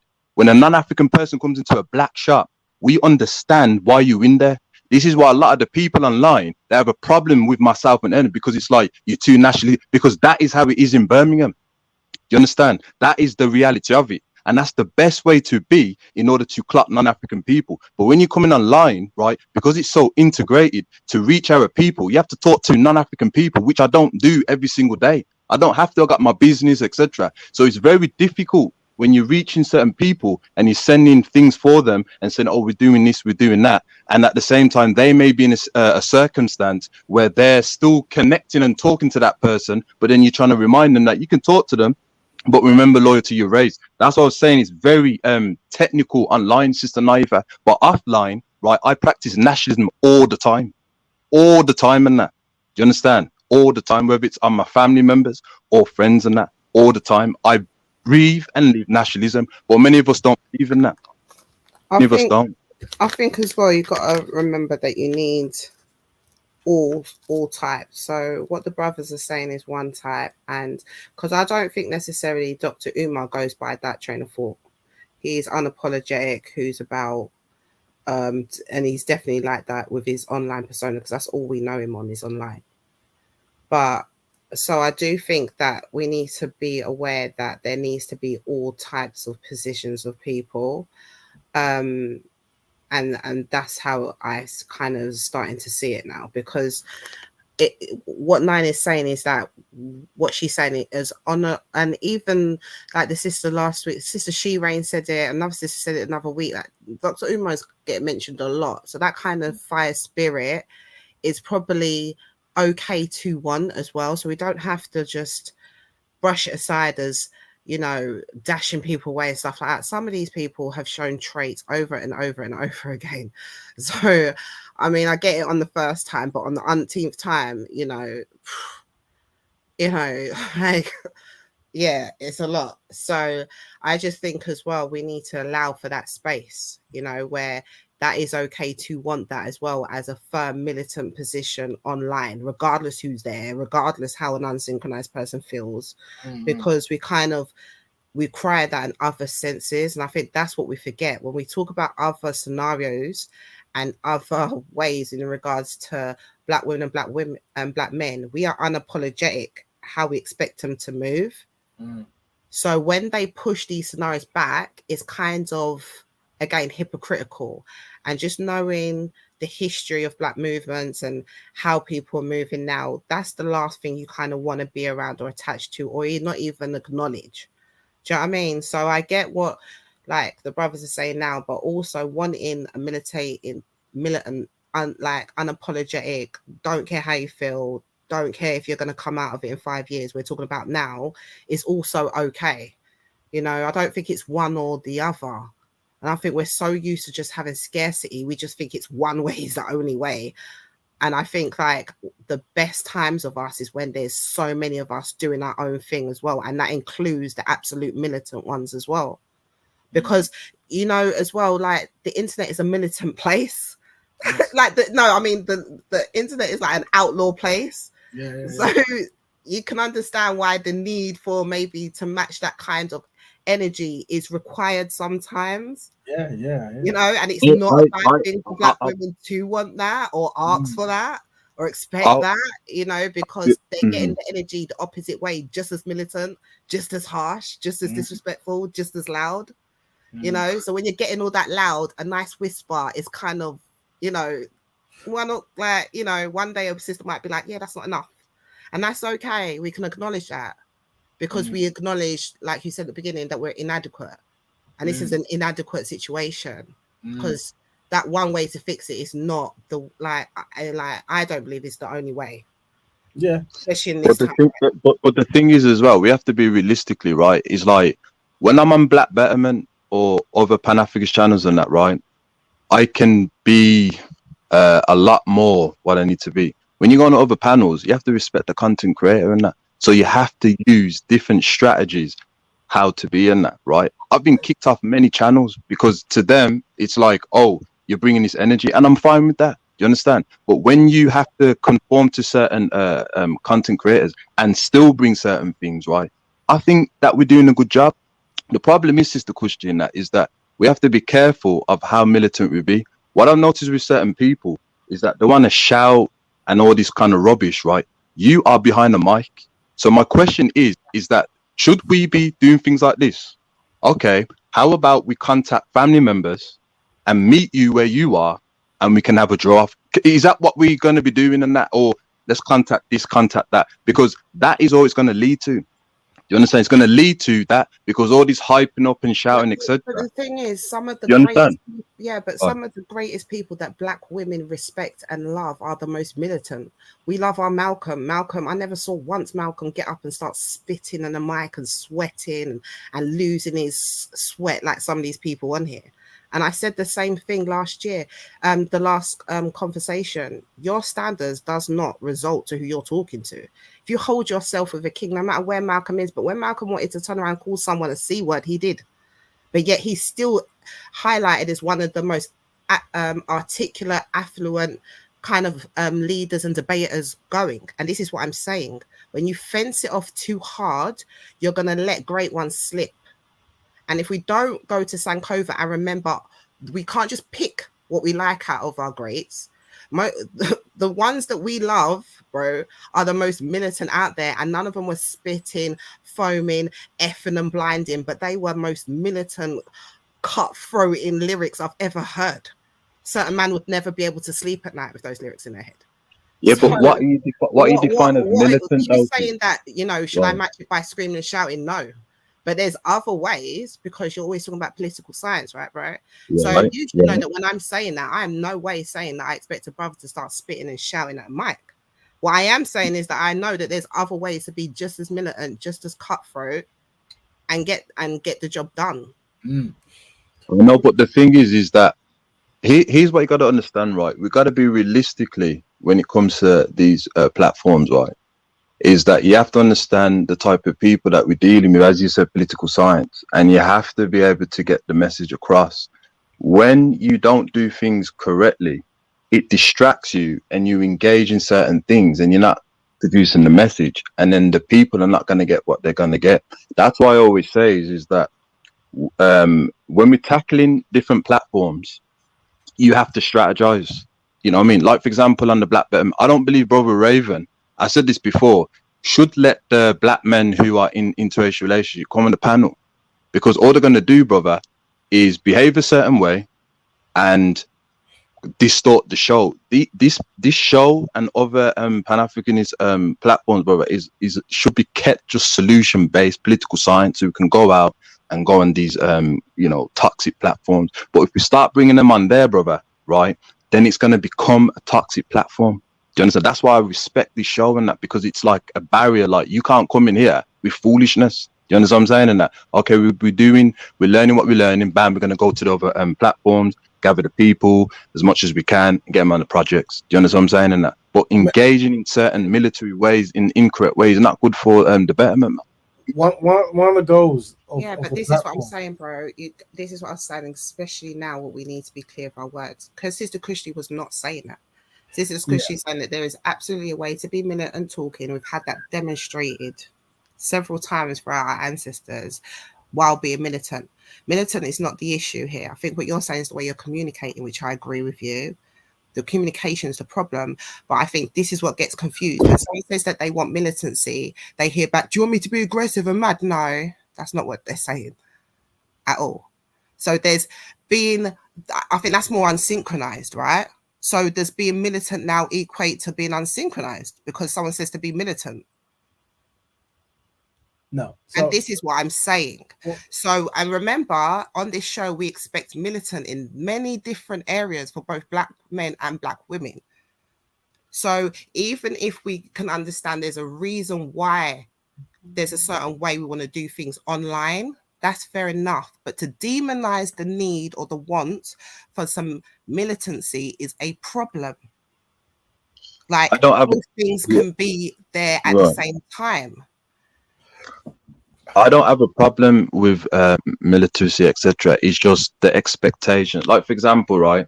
I'm gonna be honest. Big up to her. Sister Naifa said something, and perhaps she can explain it. Is that the unsynchronized men are soft, right? So I would like for her to explain what does that mean. With all due respect to her. No, I said that they're too. I said they're too soft to be able to deal with the unsynchronized. Yeah, because I've seen it. I'm witnessing it. I'm watching the synchronized go against the unsynchronized, and yeah. And remember that. And the thing is as well, like I said, right, because you have no or else policy. You see what I'm saying to you? There's no because there's no punishment for the unsynchronized. It's never going to work, bro. Well, and even you yourself said that. Well, really, it's about trying to, you know what I mean, mold them and get them back and all this stuff. You know what I mean? So let me say this. 4 seconds. So there was a certain strategy that we're trying to push forward, and I think we've all been saying it in some kind of way. And what that is right now, this is, say, one platform, the Betterment Broadcast, and there's a template of how we try to keep order going and also having a certain theme so we don't lose track. But one of the ideas is for every single member who comes on and speaks on here, they're always welcome to go out and do their own stuff as they're doing. And the idea is to, if there's any value in what they see happening here, they can implement in their shows. And the reason why I say that is a lot of the unsynchronized behavior we're describing is coming from people who have their own platforms, they have their own philosophies, and they have their own co-hosts who have never practiced any form of pro-blackness ever, right? And those shows specialize in inviting anyone who wants to speak. And usually, let's say they're from the speaker's corner background, you see some of the most destructive, troll-driven kind of people where it's like, they want to get a response from a Black woman. They want to get a response from a Black man. They want to laugh and giggle as they speak a certain way, and they like the back and forth, right? And that's why I don't really work good on their platforms, because they're used to back and forth and shouting, and they don't do this, right? So what I would say is, the idea is those kind of places, we have to really review if that's the best place for us to be to try to debate anything, right? But if we are there should be a specialized behavior to understand that that's how they are. But Brother Kel did mention that, you know, sometimes you go on these platforms and the host themselves might be the most unsynchronized person of all time, but they are the host. And they have a rule set for their show. And the question I'm saying is, if the show is so anti-Black, doesn't value Black women are constantly being attacked and made fun of by non-Black women, then for me, this is like one of the kind of rules where it's like, this is like an anti-Black Betterment show. Like, only special circumstances should be on this show, because it's one of the places that's hardest to defend Black women or Black love or Black anything. Okay, because, so you agree you shouldn't be there then, if that show is demonstrating that? So for me, this is now a question I put to the community, right? I'm saying that in a place like this, Black women are more likely to be defended, and hopefully we're demonstrating that, right, week to week. We're getting there, okay? So the idea is, though, there are platforms out there where the person who runs the platform has been engaged in international marriage for many years, and they love non-Black women to the highest degree, and they invite racists from all over the world to come on and participate in mistreating Black people. And I'm saying that is almost like a waste of resources to get as many a small number of synchronized black men to jump on there to defend black people, when actually it's it's an anti-black haven. You see what I'm saying? And the question is, should we be there? And if we are, should be there, it should be a major strategy. You know, we need to go on But this then, if that's the case, then we don't need no unsynchronized and synchronized and all that type of vibration. Then, well, what I'm saying is, because then you're only going to be dealing with like-minded persons, right? well, So therefore, you wouldn't even need to strategize as to how to deal with unsynchronized. You would, because you would go that if that place is like a haven for unsynchronized and error-prone behavior, we don't have the resources to deal with that, right? So let me ask you this: how many black men have you seen, talk about black love in your journeys throughout this Speaker's Corner kind of internet back of how many? Not many. Not many. Okay, so that means we're under-resourced, isn't it? Now I talk about strategy. Wait. What do you mean under-resourced? What does that mean? I'll break it down. So right now, we're establishing that when it comes to, like, from what we're saying, the men who are speaking this pro-black love stuff is in small numbers, right? Small numbers. Yeah. Very small numbers. So that means that is a resource. Yeah, that is a resource. Yeah. See all this. Yeah, I hear you, man. But I don't think this sort of flowery language helps. But here's what it is, right? And this is the problem. This is the problem, Brother Rowan, because, and no disrespect to the sisters, right? Okay. And it's like valuing, right, the weakness of unsynchronized black men. The thing is, Brother Raven, right, is that no, you see, it's not. Hold on, okay, let me Beloved, can I finish? Can I finish, beloved? I think no, because bro, you're doing it again. I asked, like I said this twice to make sure that we don't cross words. And even Nine just came in and said that no one's asked. So I'll say it again. No one's asking for an unsynchronized. Okay, let me ask a question. Is being militant the equivalent to unsynchronization? Like, that's a question, just a simple question to Raven and Cal. No, but okay. I didn't finish my point, which is very important. It was very important. It's okay. Is it all right if Cal comes in and asks that question after your point then? Because it keeps coming up. He can, but the most important thing is something that we need to understand is how strategy works. And what I'm saying, a strategy is, right now we are underdeveloped, right? So how best do we use our low resources? So when you're dealing with project management, leadership, and this kind of stuff, they will tell you this, isn't it? It's like there's a wanting for us to have a massive kind of men who can do these kinds of things, but we haven't discovered them yet, or they have yet to be trained, right? So in the meantime, there is a way we should operate. The way I'm pushing forward is you create, I don't like the word safe hubs or safe spaces, right? And for me, a safe space is a place like this, right? But the default rules from the default is black love, black economics, constructive, high principle. So that way, a lot of those people won't even know how to operate, because as soon as they come in, they're going to be effing and blinding. Their profile picture is going to be them married to someone else, and then it's going to be going crazy. And they'll be like, sorry, we can't contain what you're doing because it's completely off code through and through. But that's why we have to ask people here to have a certain decorum, a certain way of operating, because by operating that way, it's actually a strategy. When I tell black people to come here, don't swear, don't use profanity, I know it sounds very oppressive, but actually, you realize that the people who come from those people can't actually follow us because they're so used to that world of profanity every 17 seconds, mistreat black women every 5 seconds. You see, they're so used to it. But now we have a defense mechanism for it, and that's this code, right? So I'm saying that strategies are important, but because we highlight that these people out there, before we can tackle them, we need to have a strategy. Now, I tried to break down positionings of speaking when people go out. We've yet to practice this or even put it into any kind of, protocol or whatever. But this will be like that. So once you've established the men, say in a place like this, and we have 5 men who are stoics, 3 women who are researchers, and 20 champions who all agree in pro-black love, and they all agree in all the stuff we're saying, then you can roll out to certain places because you actually have a strategy, right? You have a plan.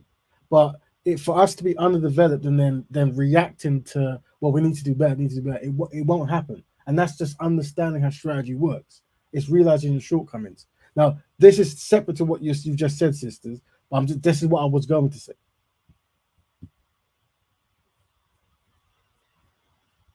Does that make sense, Coons? Nynefa?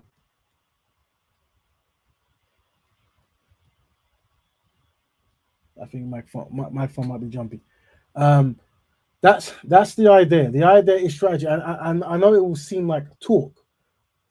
And I think our internet jumped. Yeah, I know it might seem like talk at this point, but actually strategy is it's the only thing we can deal with, and if we go out literally early and start and we put our small resources in a very extreme scenario, you won't get the best results. You won't get the best results. Now, I think you said you wanted to answer a question, Empress Kush, to Brother Kel. So while the sister finds a connection, if she does find it, you can continue your question. Yeah, it's just the same question to Cal if he just thinks that militancy equals being unsynchronized. I'll just try and get the link if you're listening. I've never said that though. But Sister Kushti, I've never said You that kind of at did, all. bro. Like, that's what I'm saying. You're saying that. No, sister, I didn't kind of though. This is the Let me finish, problem. Brother Cal. Go So, on. anyways, let me just clarify something here, where I think Black women are fully aware about strategy. Yeah. And I said I might be a bit different, only where I don't even think, but Nynefa is not here, but she could talk for herself. But I don't generally think, I think she can generally understand that there needs different people. I did say that you need different people. Like, there's not just one set of any type in this war against white supremacy, right? Right.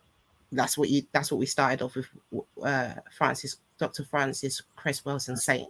So what I'm saying is, though, in knowing that, even she says that, like anyone who's well read, she says that. Every great says that. So to think that, especially knowing of us as a culture, we're from a warrior class. So to understand, to allow a space for a warrior class and then not to just dash it out as unsynchronized, that's why you have the problems many and many a times within Black community of this Black elite against Black underclass, right? There shouldn't be everyone. There's a space for every type as long as it's synchronizing in a structured order. And that's all I was saying. So I wasn't saying that, oh, they don't understand, and that I think, it's good to listen to what I'm saying and to know that I understand strategy. I've been here for how long talking about strategy, but I can also understand that, as people have said, and as your brothers have said as well, there is a need for a warrior class as well. Doc, I would say Umar is pretty much more warrior class than anything else. He's very unapologetic. He's very dismissive of anyone who's dating out. He's not considering anyone's feelings, right? And we all understand that he's supposed to be at the table. No one here disrespects Umar. So that's all I was saying, just for clarification. Because I think it's very important to do that, and it's very important to be clear, because what might happen on another panel or another show, whatever, I've been away, so I won't know. So what I'm saying is just off the back of what I'm saying and how I'm saying it. So it's just to be clear. And I think that the demonization of certain ways of other people doing things, even though that might not be the way that we want to do things, is not like the smartest way. And I just think when we talk about militancy, it gets wrapped up in the poor display of like a toxic masculinity. Like, I don't think that that's the kind of masculinity we're talking about stoicism, we're talking about discipline, we're talking about, there's so much that's into masculinity and being affirmative and forthright and unapologetic. And, there's so much in militancy, when I think of militancy, that does not include being ratchet. In fact, being ratchet is not what I'd consider a militant man. I mean, like I said, I went to Kemi Sabi's event, and I saw a lot of Black men, like I said, and I was in London, very unapologetic, very on code. So that's just want to make that clear. Welcome back, man.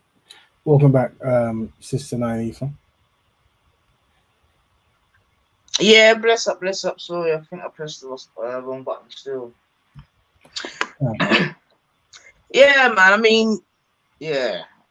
I ain't really got much to add, but I'm listening still, gentlemen. I'm listening. Yeah, no, I understand there can be a frustration. Uh, but one thing, I know we will agree or we understand it. One thing we have to do here is be realistic with what we can and can't do, and then also have an intention of what we intend to do. So then this goes across the board with so many things that's happened in the past. Like there's a way we want our community to be. We establish, so we say there's a challenge in the community. We establish a solution and what needs to happen to make that solution reality. But sometimes it has to exist in the conversation first before we have the peer-to-peer reaction to how things should be. And yeah, but I think as well, like I don't want it to be seen that we're just. Well, I'm not bashing on the brothers. I've seen Cal demonstrate militancy several times. You know, when he's talking to certain people, when he's saying something, he's not going to go back on what he's saying, no matter if people are going to use emotional tactics, they're going to try and go for his personal. He stands on his square.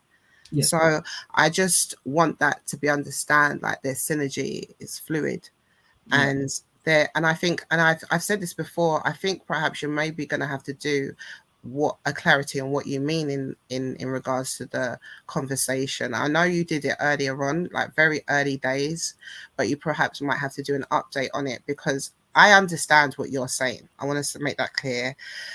I understand what you're saying. I've been in agreement with it. So when you're talking about media facing, when you're talking about in the public, when you've given demonstrations of people who have been in public arguing or debating and have gone for a low blow, and low blow has been used to smash the argument without even going to the point that the individual is saying, all of these things are warranted. And when you're talking about in that arena, what you're saying does hold weight. But I just think that some people get it mixed up, like you're talking about it every single stage of their life, like from the morning to when they go to bed. You know what I mean? I think I don't. But this is why, and this is why I stand on how I stand in it, because I don't know how much of that is genuine and how much people just use that to just troll. You know, there's just I don't think it's not clear enough in what you're saying in regards to where you expect certain mannerisms or discipline or behavior and things like that. Or the fact that you're, just because someone might be swearing or something like that, it doesn't mean that they're just the most useless, you know what I mean? Like you're unsynchronized, you get dashed. Yeah. So to be clear on that, to be clear on the rule sets of this program, the rule sets of this program is to have certain ways of operating that makes helping Black people easiest, right? So these things don't necessarily need to infiltrate your day-to-day life, your music life, your movie life, whatever it might be. It's more so that when we come together, there's a set of rules that makes us be able to interact easier to best help Black people. And examples are always given. So profanity is a very good one, because what happens is people use profanity every other 7 seconds, and that's the style. I get it, right? But the difference is sometimes we don't detect when a person is happy or sad. And sometimes we can use profanity as a way to detect that. So that's why if we have a place with no profanity and one is used, we go, oh, maybe this person is offended. We need to jump on it straight away to make sure that they don't end up mistreating someone else and get them to a safe point. And we can use profanity as a point to highlight that, because usually you tend to find that people use profanity when they're angry. Yeah. And it's almost like the N-word as well, isn't it? Like people say the N-word can be happy and sad, and it can be, right? To call someone the N-word. But we realize that people don't call people kings or queens when they're angry with them. We've realized that. But they will call you the N-word when they're angry with you or when they're happy with you. So by having these understandings, we can dictate straight away, or identify when something is going left or right, whatever it might be, and then try to fix it straight away. That's why. Yeah, I know. I mean, anyone's been or seen social media can see that anytime it can just flip left, and I think you've seen it enough. So that's why you've introduced that rule. And it's just solely for that purpose. It's not like a purpose to judge people or anything like that. It's just solely on the purpose to just facilitate an easy conversation on a stream. Yeah, it is. But sometimes people feel that rule sets violate their freedoms, and that's why I always have to use the word strategy. And some people cry at night. They go, "If only black people were, say, free or had a great future, right?" And I always ask the question: if there was a magic genie, and the magic genie said, "If you follow this strategy, you guys will be free," and the strategy would be, "Don't swear for a week or don't swear in front of your kids," do you think you could do that? And that's what I'm saying. It's like it's a conscious awareness of doing something to get a result. You see? Mm. And if you don't have a conscious awareness, then you won't get that result. It has nothing to do with culture or people's freedoms and this kind of stuff. It's a strategy. Yeah, and one of the challenges we observe in the black community is the not valuing strategy. And the reason why strategy is important is because strategies was exactly used to destroy black people. Black people were destroyed because of well executed strategy. You see? So it's to be able to know that so we can then come up with our own strategies to fix ourselves. And that's why when we're talking, sometimes we want, I want us to react this way to this. I'm saying we're going to, but let's make it a strategy. Let's see the highs and lows of if we change our way of operating to do this, and let's execute it. But we have to be able to talk about it in the meantime. And this was answering the sister's question about how do you treat unsynchronized men who are in relationships and this kind of stuff. I was saying, well, what we should do now is let's establish a way of doing something. Like what is to be done for a person who does this, and when we agree, we can push it across the board. Let's we all agree to it. It makes sense. Why else would be anything else? That's what I push forward. Establish a problem, think of a strategy, agree to the strategy, execute the strategy. I thought there was a strategy established for that. Let me show you something. When we start this show, the only thing we start by saying black people are collectively inadequate, right? And collectively, black people have no friends. A constructive black man, a constructive black woman, make a constructive black family. A lot of people missed the beginning of the show, so I'll show you now. Let me show you. So when we start the show, we highlight these things here, right? That black people are collectively inadequate. Collectively, black people have no friends. A constructive black man with constructive black woman makes a constructive black family. This is the stuff that we put as a starting statement. Now, by knowing this, we're going to come with strategies to correct our community. Yeah, so that means I use the term finished, so we're starting again. For me, this is a correct way to identify our current positioning, as in we've been pushed to our brink. We're at the brink, yeah, and now we have to start again. And this program, I don't know too many programs in the UK that specialize in this kind of way of thinking, as in acknowledging that we have no infrastructure. We have there's a dynamic between our men and our women. We're struggling to protect on a collective level. Ownership is really low. I mean, I could read out a list of stuff, right? So we use this to recognize that in the community, and we go, okay, now we recognize it. How do the synchronized black men and synchronized black women come together to to find a way of operating to fix these things? And like Brother Kel was saying, and we were saying is some, and I think Sister was saying as well earlier, some people won't be on the journey to do that, and we're more likely going to have a pro bono interaction with them, but we're going to let them know because they fall short by these things. There's certain initiatives that they can't participate in. But then, isn't that just the current status quo, Bab? What do you mean? Just to make it more clear for me. Well, isn't that what's going on right now? No, I think what's going on right now is so for me, what I find quite clear is there isn't this open conversation about black people being collectively inadequate and wanting better. You see, and the reason why this is important is because if we acknowledge that we have no industry, our industry is very low, and other communities are doing superior, right?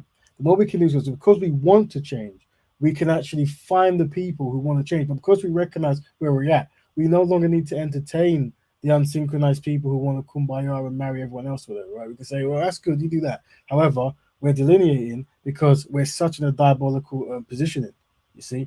And that's the difference between the black Burman. There's actually acknowledging the shortcomings to find the solutions, but also it gets rid of the static because we know that we want to be with a certain type of people to do a certain type of role.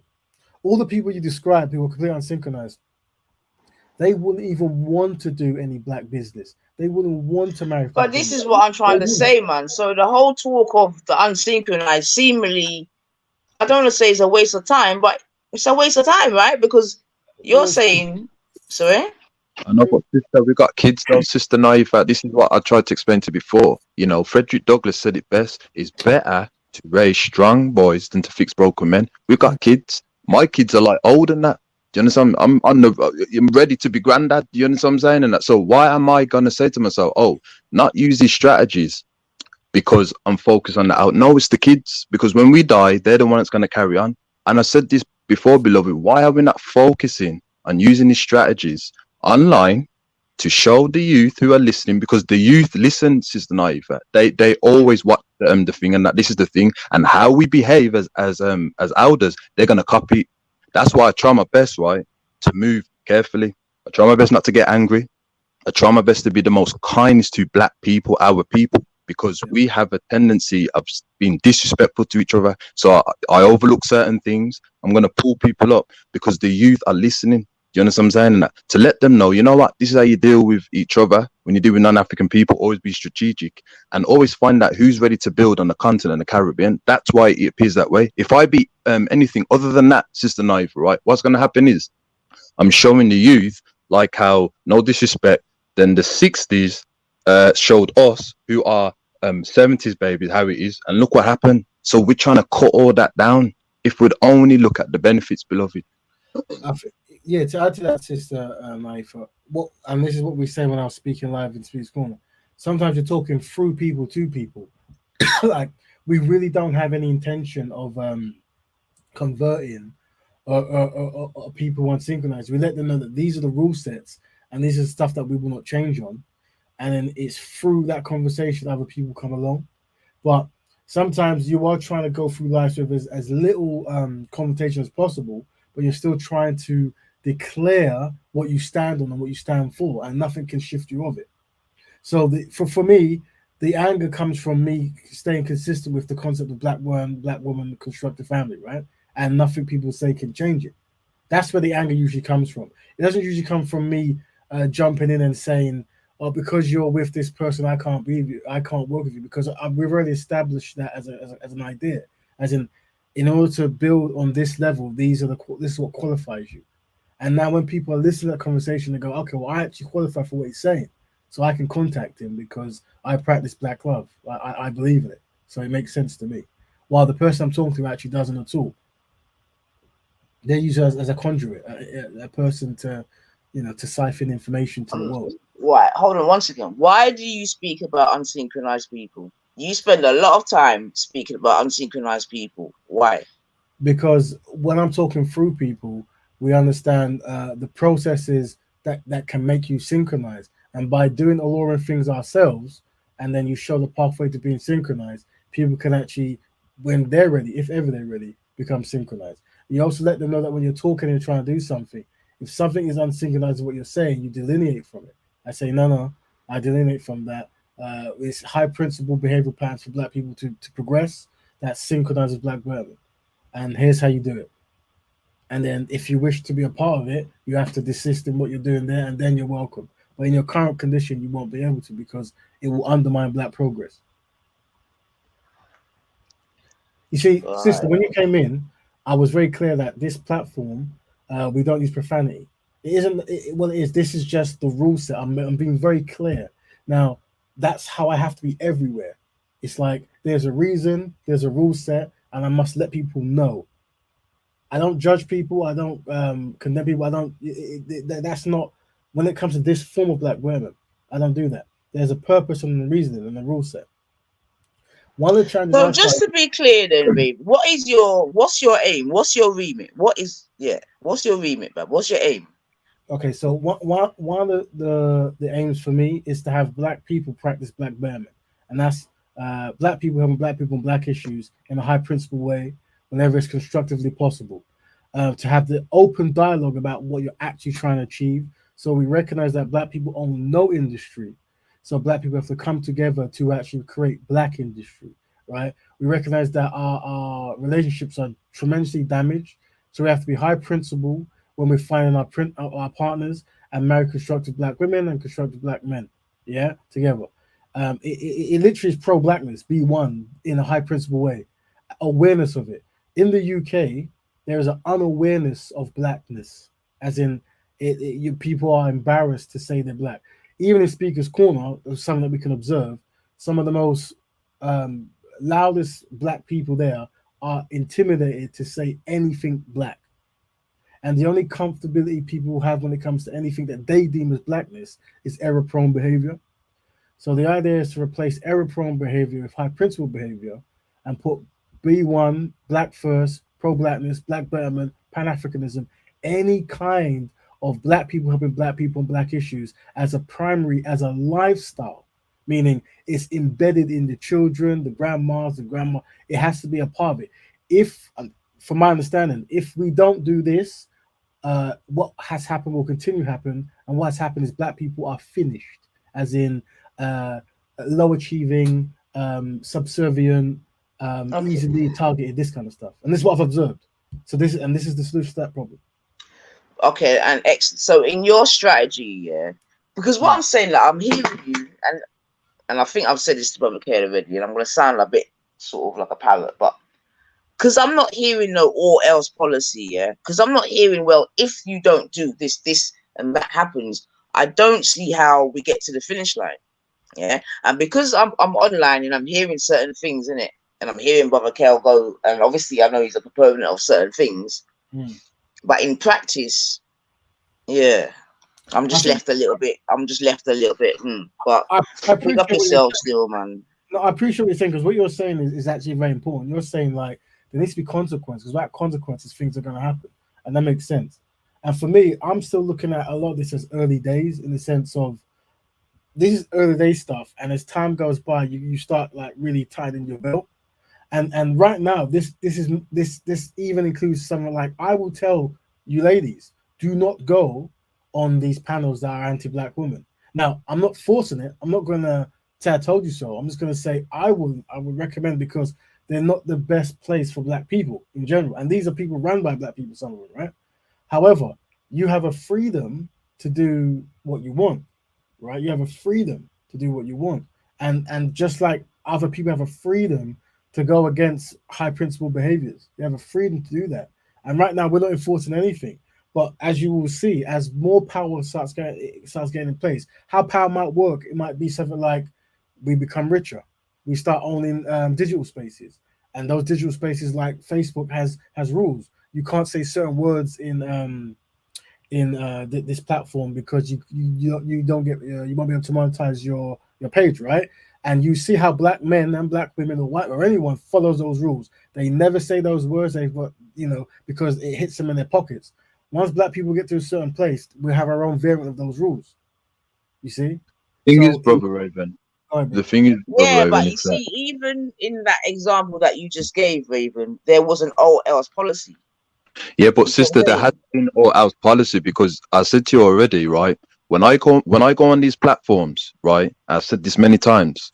The African continent and the Caribbean, sister, needs for us to build up, because non-African people mistreat black people in other countries, because they understand that Africa is not populated correctly with black people. That's very dangerous. So the black woman gets attacked, the black man, etc. So when we go on the platform, sister, I would have thought that you would have seen that whenever these unsynchronized black people are talking about interracial relationship, I would have thought that you'd have seen brothers let them know that the consequences, we're going to keep on hammering you down. Have you not seen how angry? Have you not seen how disgust? They hate it. Or why do you keep talking about our women, the white women, and things like that? I would have thought you'd have said to yourself, you know what?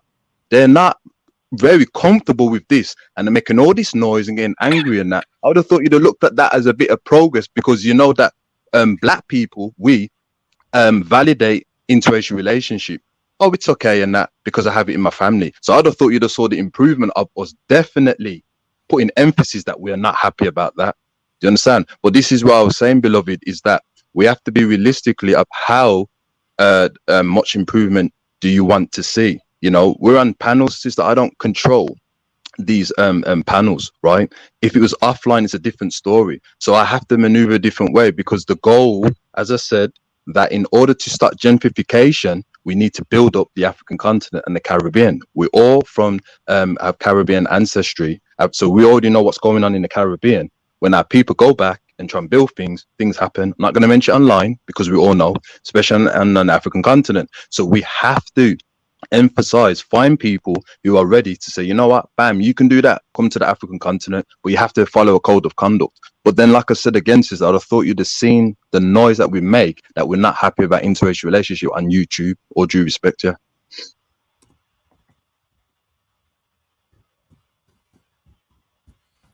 Question, Yeah, I hear you, man. I hear you, Kel. But the same noise you be making, we don't like that noise has been made since we come on YouTube, bro. You know what I mean? So anyway, it is what it is, man. Keep up the good work, gentlemen. Keep up the good work, man. Thanks, sis. And we appreciate we appreciate the questions you push through, and it's very important. And sometimes the answers might not be what's expected, but we're hopefully we can work together to find better ways to communicate. We just had we got a few questions there. One of them is, how big do you want this channel to grow, Raven? And the thing is, this show is for constructive, high principle Black people, or people who want to be that way.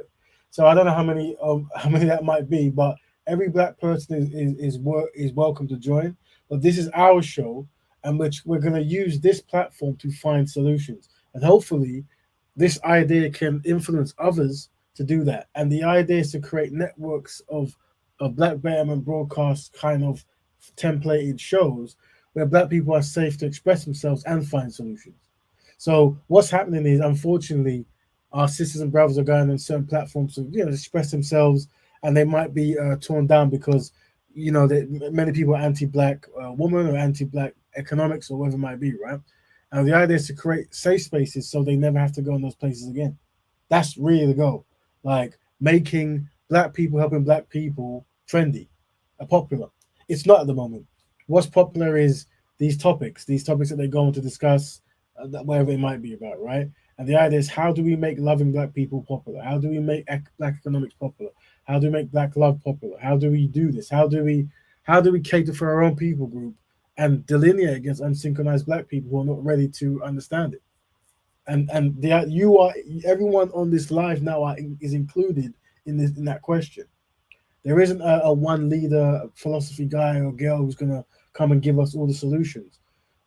This is us taking our time to try to help each other, and we're all part of that process. And we give thanks to the sisters, obviously Coonslayer, but Sister Naifa. We give love to Empress Kushti, and obviously Brother Kel, and anyone else who jumps in, and all the brothers and sisters in the forum.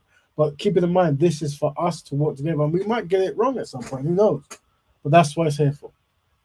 I just want to say in it that I do want to big up to the Sun Sisters before I came on the YouTube, etc. That have always been against interracial relationship, and that's what Kwame Ture, Stokely Carmichael says, that if you organize a little bit, then you'll get a bit out of it. If you organize a lot, then you'll get a lot. If you don't organize nothing, then nothing will come out of it. So I'm just saying is that we are just letting the Sun Sisters know that, if you need help, which we're going to be doing anyway with this, marketing of interracial relationship, which you've been doing before I came on the YouTube, we've got you back.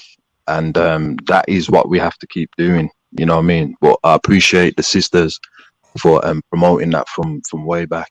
Yeah. Now, Sister Coonslayer, Sister Naifa, one thing, if you catch some of the shows, what we try to do as well is we try to actually give a logical reason of why we're pro Black man and Black woman, right?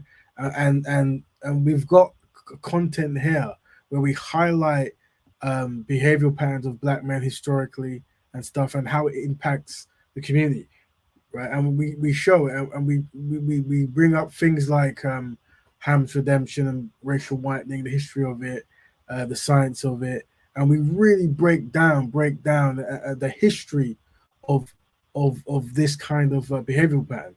And that's one thing that we try to do that might be slightly different from other communities, as in like we don't just want to say bad, good, right, wrong, right? It's like it's more so these behavior patterns have been used to undermine black progress and are very successful and are actually part of why we're collectively inadequate, you see, right? And we try to give many historical reasons why, and we break down economics, we break down self-esteem, we break down biology, we break it down like this is a strategy that's very successful, you see. So the idea is, the campaign is, if not marrying a black woman destroys the black community, then the opposite is the truth. Then marrying a black woman saves the black community, you see, in a high principled way, of course. It has to be high principled. You can't just be destructive, right?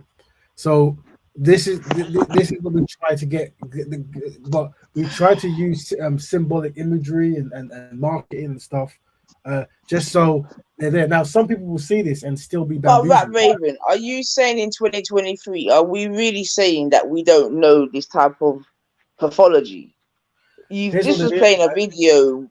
You was just playing a video by Francis there, Yeah. who's been talking this thing from when Afros were in fashion. So Yes. like, and now we're sorry. I didn't say anything. Did you say Yeah, something? sorry. And now it's like 2023. Yeah. Are we saying that we still haven't learned what we're supposed to learn, Bab? Here's what I would say. Amongst the debaters who you're talking about, they're well aware, and they've dropped their ball, right? That's them, because a lot of these people are very learned and intelligent.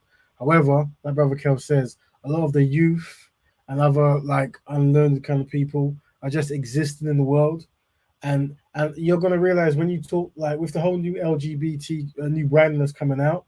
When you talk to a lot of the younger generations, they're gonna give you the new branding of how they perceive things by how schools are teaching them. Well, that's the same with how they're going to perceive marriages and stuff. They're going to go, oh, it's a good thing when black people marry everyone because we're all equal, and they're not saying it because they're trying to be funny. It's a philosophy that they really have been taught, and that's why we have to have a counter philosophy saying, we've realized that this is actually part of the process to destroy black people, and it's very successful, and it's the truth. It's not even like a joke. That black people own nothing, yet when we get a bit of wealth, people are marrying out, and that money is going out, and certain communities will no longer exist anymore. This cannot be something that is beneficial to a people who have yet to receive any kind of reparations or any kind of anything. Right? It makes no sense. But we have to show in these kinds of ways, because if we don't show in these kinds of ways, it might just come across that we're just saying things because they're bitter or something. I don't know what the narrative might be. You break down how things have been used to destroy black people in a very successful way, a very successful way. And we've got tons and tons and tons of content and behavioral patterns. We've got every single MP in the UK who's black, right? They've all got white wives. Now, a lot of these shows you go on, they talk about all this kind of like conspiracy because stuff. there's no all else policy, Bab. That's why. Well, this is the thing. This is what I'm saying. So We've got after this that, everything else is just chatting, bro. But The prime minister of the country is a whole coon, yeah, but he's got a fucking Indian wife. Sis, if we could just try to. Okay, sorry about Raven. Right?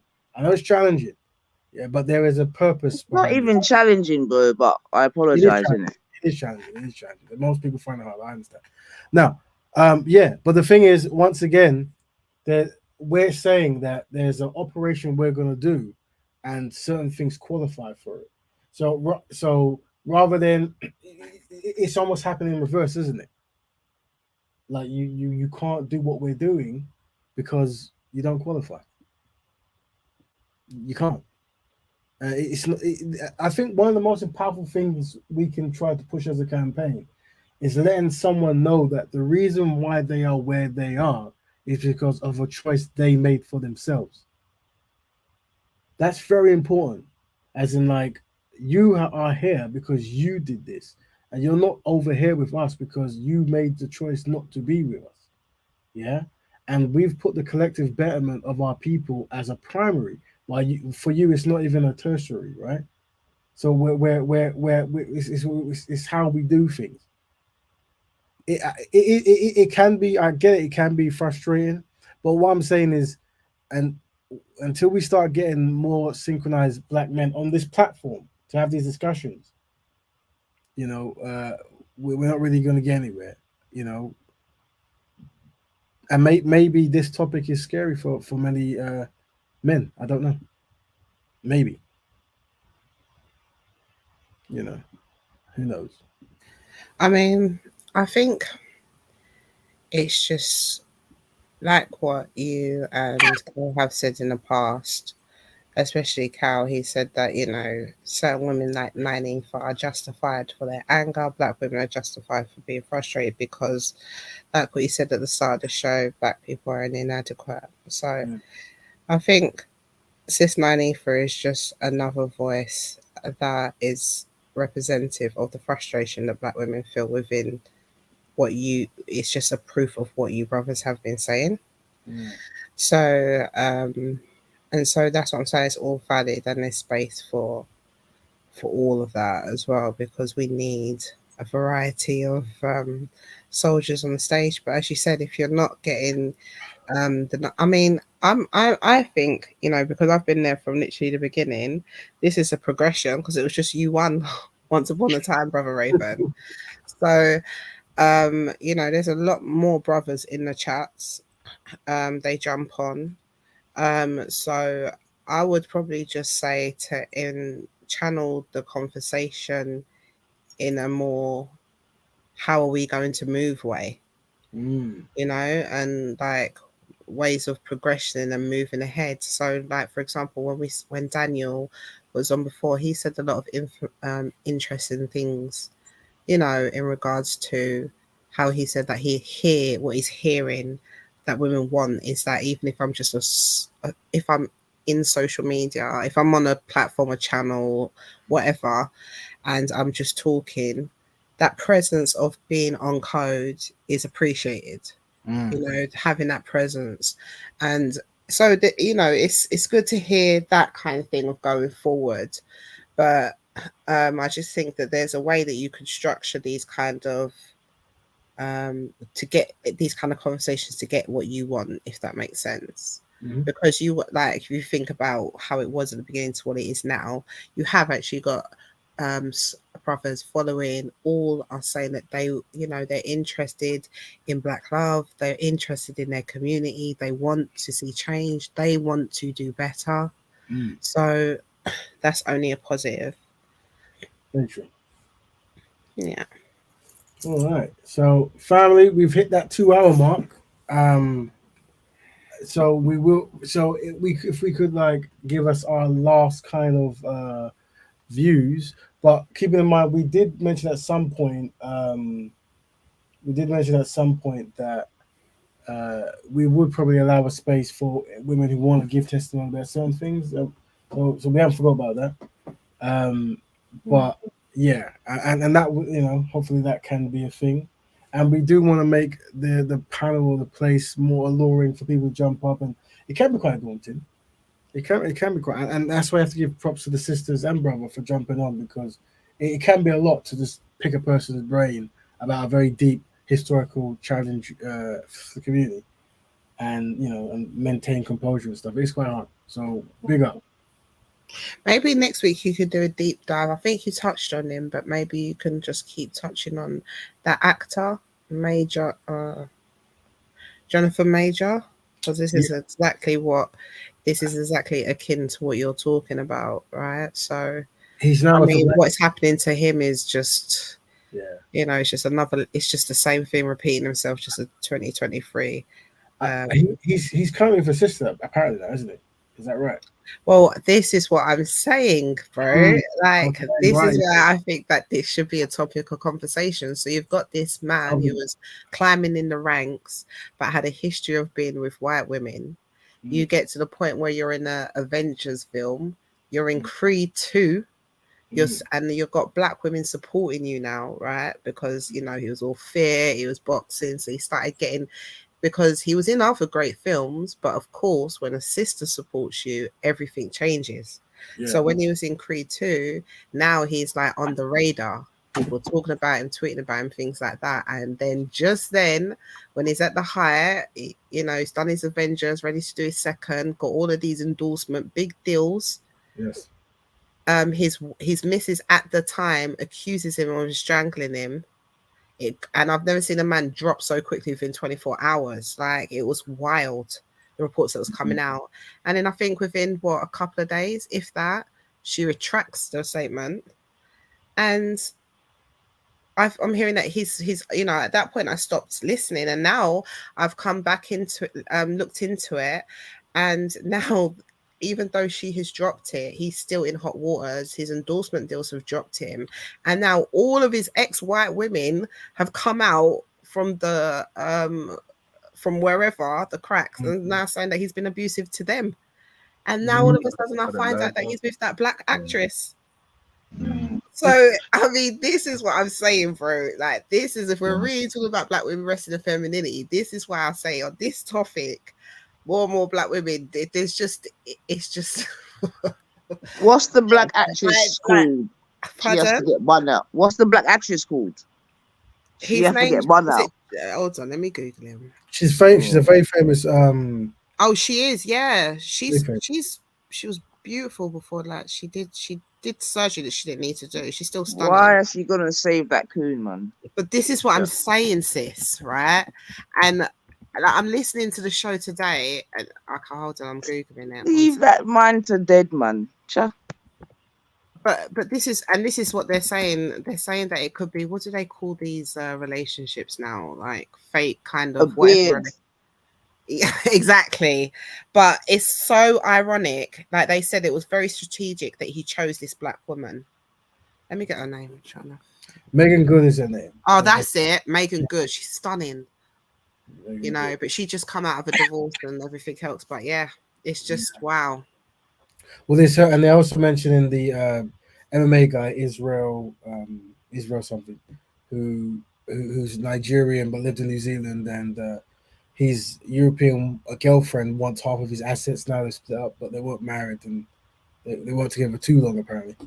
And I remember he was kind of doing certain behaviors in the past of allowing Europeans to use the N-word. I remember he was trying to defend, I think it's something Seth Rogen, not some kind of Rogen guy. Yeah, Seth Rogen. Another unethical code of conduct, Iceman. Yeah.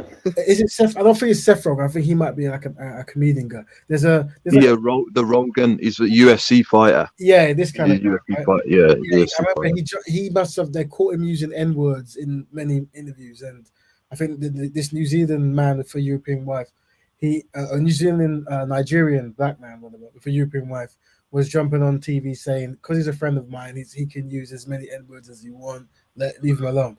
This is very unsynchronized behavior. And now he's obviously European wife is trying to take all his money and he's in best please. So it's, Joe Rogan. There you go. Joe Rogan, yeah. Joe Rogan. I think Seth Rogen's a comedian, I think. And this is the thing. I mean, as a community, what do we do? What is to be done with this kind of behavior? Like, what is to be done?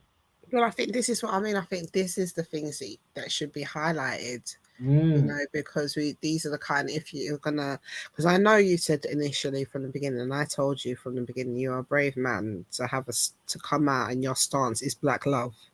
You said that you're going to be doing that. That is your main focus.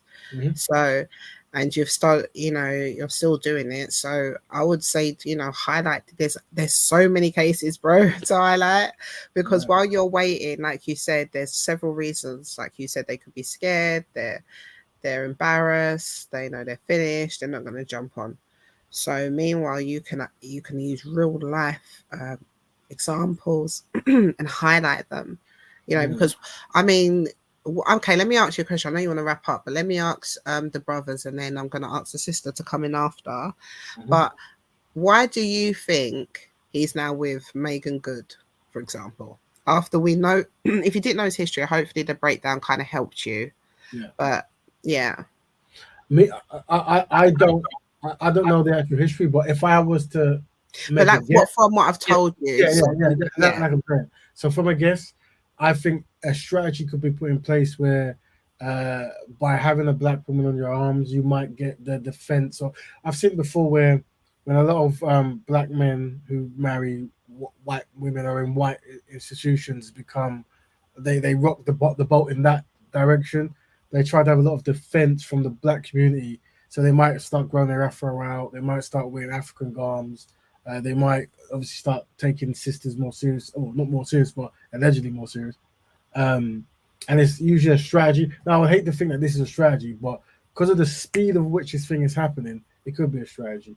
Um, but or even if it's not a strategy, optically it looks like a strategy, right? I think that's more important. It looks like a strategy, and I don't think that's the best way to go about things. I think the best. But Go ahead. that's exactly what it is, Brother Raven. Because whenever the unsynchronized black person gets knocked down the ladder of white supremacy, Yeah. they understand that I need to be secured by the community. Some of them, it takes them a long time. They'll go back up the ladder with another ice mountain or sand. But then the ones who've been hurt really badly and recognized, they know that the community is going to save them, which is why the black community should go on the YouTube and Twitter, call him unsynchronized and say that you're a traitor. If the whole community was to do that while he's with that black woman and let her know that you shouldn't be with him, then that will have an effect. But who's going to really do that though? I would say this. Okay, so this is what I'm saying from osmosis. Fee's already reading my mind, right? Because it's interesting that people say black community, because he already had his sport. Michael B. Johnson and 1,000 other people. We could keep going. This is what I mean. You've got material for days, bro, if you really want to delve into this and see the pattern, because this has been a pattern. So Michael B. Jordan, this actor, he had the support of black men. Black men didn't like against him or non against him.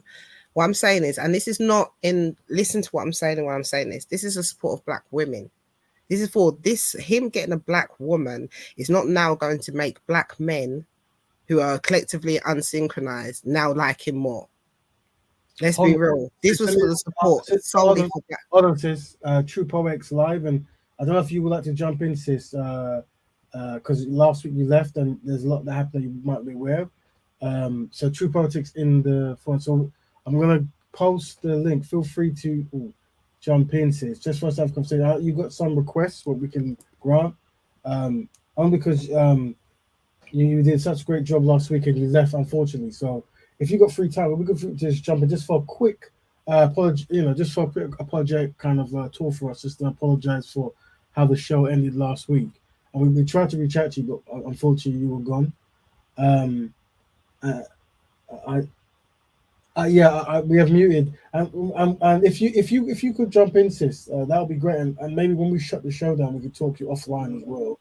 But that would be very handy. But I'm sorry to interrupt, Empress, just because True Point jumped in for a brief time, I didn't want to miss her. Carry on. Sorry about that. Yes, click the link. I just went there and I saw it myself. What she's click on the link, sis, if you can. I don't know if you want to say it yourself. Well, she's kind of said it in a message, but yeah, no problem. She said only for a few minutes, but I've just seen them now.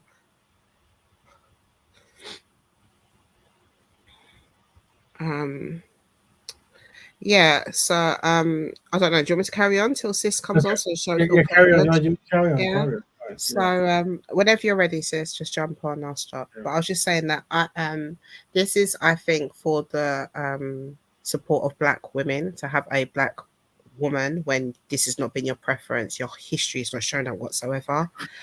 Hi, sis. Welcome back, sister. Hi guys, how you doing? Very good. How you doing, Chief? It's good you've come back. I don't know if you caught the last show, but last week, obviously when you left, we tried to do some kind of house cleaning and rectifying and stuff, and we definitely appreciate what you brought to the broadcast, and it was part of the direction we're going in, and it's a shame we got to cut too short. And we hope that you're okay. We just make sure you're okay, and you're always welcome, as you know.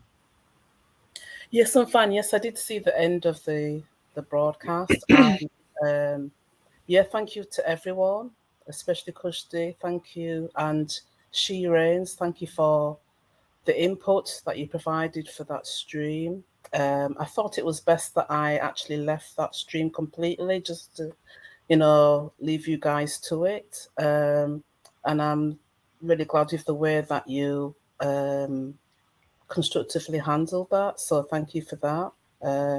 It's very much appreciated. I mean, on another time, on another stream, I still have a lot of questions, but not now, obviously. But yeah, there is a lot of work to be done. I still have questions as to if this is the place for me, because what I will say very briefly is that, I found this channel by myself. No one recommended it, blah, blah, blah. I found this channel on my own because I was looking for a channel that was focused on what you're actually doing, Raven. And as I looked through your past streams, I thought this could be something here. This could be really interesting. This looks really constructive.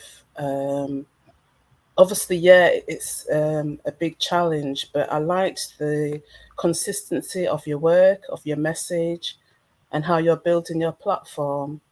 And as I went through the streams, this is when I noted down maybe some of the gaps, some of the things that could be improved. So I didn't join this channel and just jump onto the panel and just, start speaking. As you know, I've been on a few of your panels, but the background to my interest on this platform was because of the message that you are putting out there. And I think you're doing quite a unique thing here in terms of the situation of the Black community. And here's what I will say, Black women, what I don't want to see is Black women doing a lot of the work.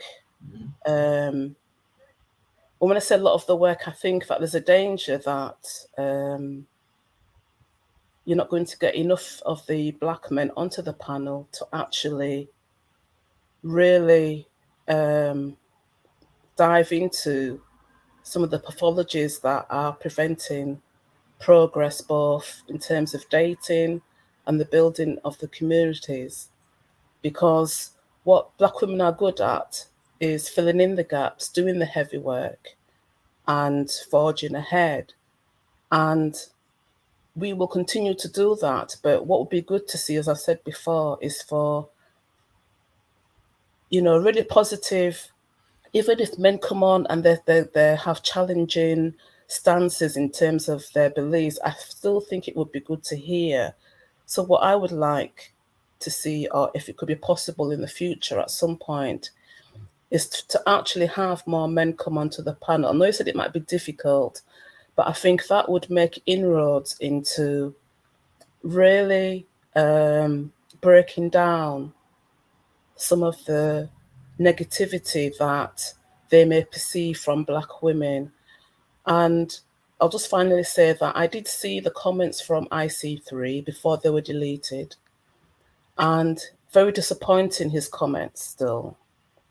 And so he's one of the reasons that I will still like to attend your platforms, but probably maybe watch from the clouds or in the chat, because I don't want to be subjected to that kind of behavior anymore. But I really do think that your platform is quite powerful. I think it's definitely understated, but maybe that's a good thing for now in terms of the things that you need to do to reach those men who need to be reached.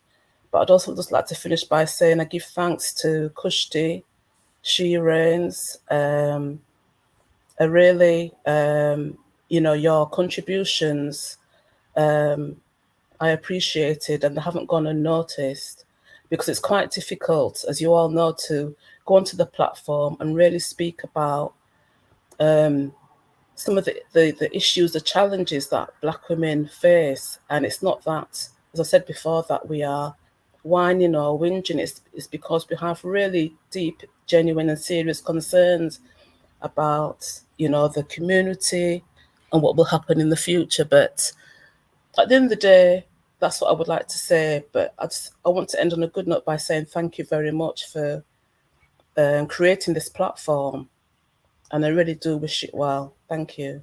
Thank you very much, sister. Yeah, I think, yeah.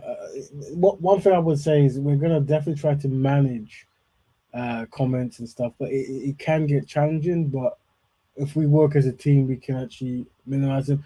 Also, because obviously, Brother IC3 has a very Sorry, different. I know comments are norm but it's the ones that are deleted. I don't think you saw them because they came after you arrived into the chat. There was about 3 or 4 quite vicious, toned messages that he left in the chat. So it's not the one that was just left after the stream from the last stream.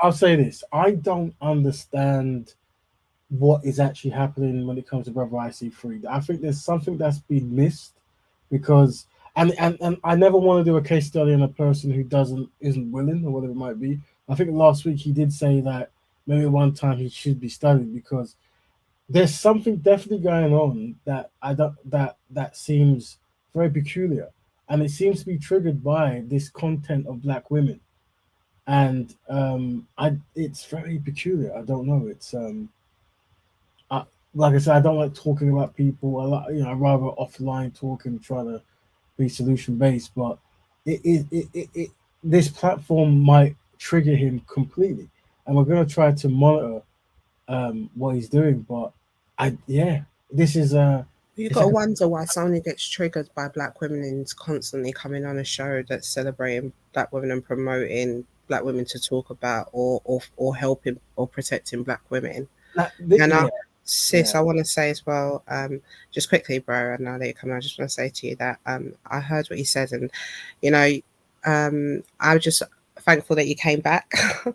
It's appreciated that you came back, and even coming back, I can actually understand what you mean. After he was the one who did all the things, and then I didn't see the comments, so I think it was Brother Raven that must have sniped them, just took them off quickly.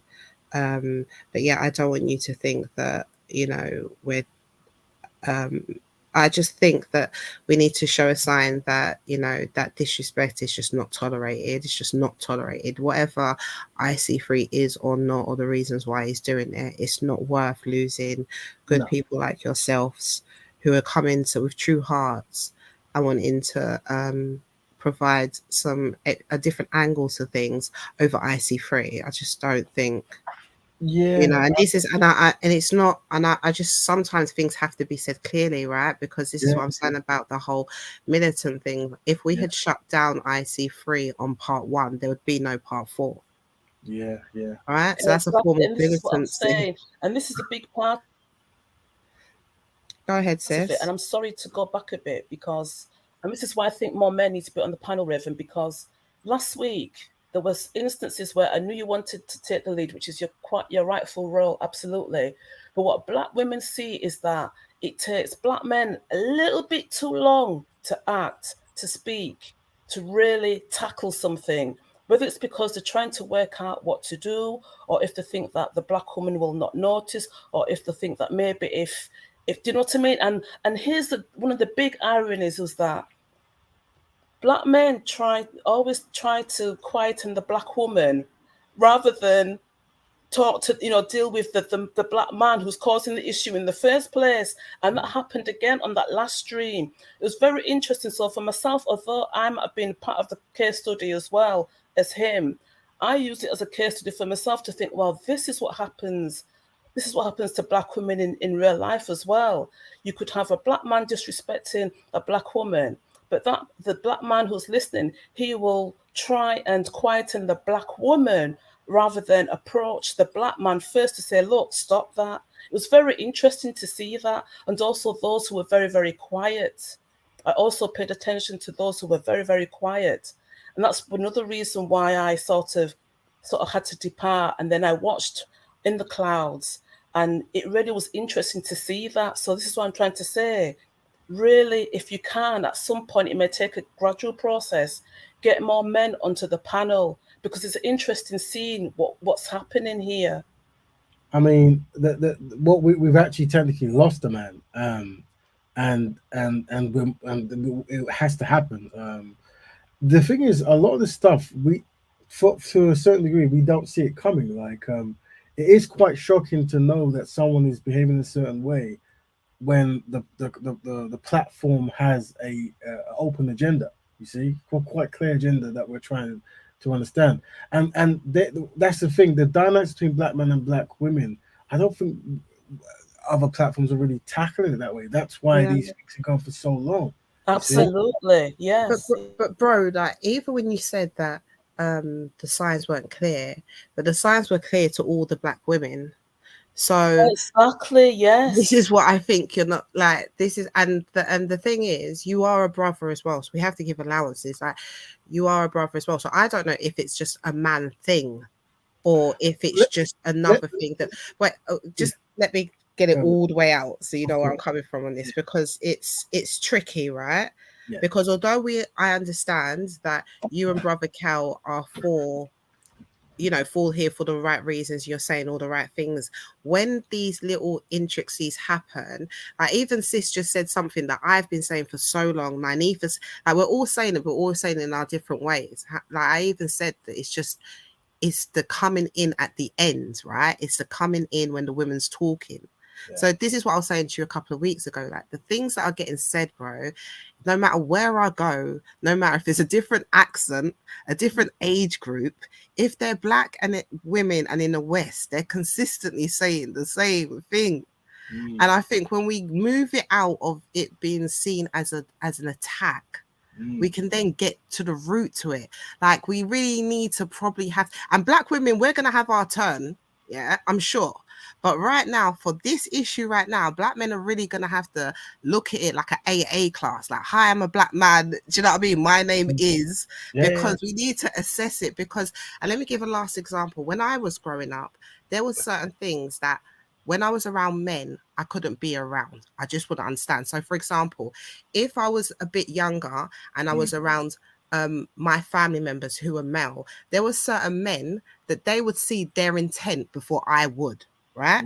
That could be I was naive. That could be because I'm a female. That's because they know him a bit better. There could be different options in that, right? But there were scenarios where they'll be more protective of me because they saw signs before. Maybe I would have, but they just acted first, right? And what I'm saying here is like, I feel like there's something going on. I don't know if it's like another white supremacy thing, like it's a manipulation thing why black men are not getting it, or if it's a man thing. So what I'm saying is these things where you're saying, you know, we don't know where it's coming from, bro. People have been seeing it for ages with black women. So I don't know. Like I was really thinking, I don't know if the other sisters would be willing to, but maybe we could get different clips to show as an example where this constantly has happened or something, because what this sister is saying is that, you know, she just said all of that and then you just replied with, you know, like you see these signs, you don't really know. And it's like, we do know, bro. When I say that, I'm talking about, and one thing I have to highlight, and I think we covered this before, and this is something that we have to learn back and forth with. I'm not saying this is necessarily connected, but there are certain times where men and women, like for example, I think when I first met you, Sister Kush, I remember that I was talking to one guy and he was saying, how can we get more women to join the stuff, right? So there was an intention to get more women. This is the live debates. And when you spoke, you said, by the way you guys are communicating, by the shouting, the screaming, that's not appealing to women, right? So I was like, okay. And for me, it made sense, right? But for a lot of the guys there, it's like, that's how we talk, right? So it's like, okay, if you want to include women, you don't shout. Like you can't, like an angry black man screaming at the top of his lungs is not appealing for women to want to enjoy a debate about, you know, whatever it might be, right? Yeah. But to so many black men at a certain point, they it's like, oh, I didn't know that. Now, obviously, you know, some people do know this, some people don't know this. But the point I'm trying to make is that conversation was very important and valuable, because like, just by coming from your mouth, we don't appreciate that. We can now make a choice. We're either going to continue doing it or we're not going to continue doing it. You see what I'm saying? And if we want women to participate, we're going to stop doing it because no one wants to join that kind of debate, or at least in that type of topic with women involved, right? I hear you. So it comes down to awareness. Is the awareness there as quickly, perhaps, as it is for black women. You know. Yeah. I remember just to quickly add, sorry, I think Fee said it. I think it was a couple of streams ago, and she was right on the nail with it. She was quite on point with it, because I'm not saying that happened last week, but sometimes it's almost as if, especially online, that a lot of black men, they get a kick out of. Oh, did I? Sorry. Yeah, you're back. Can you now, hear me now? Yeah. All right. Sorry.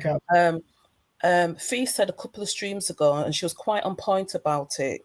And it's almost as if a lot of black men, they get a kick about seeing black women being, you know, I can't remember exact words, but yeah, you know, ridiculed or made fun of. And she was so on point with that.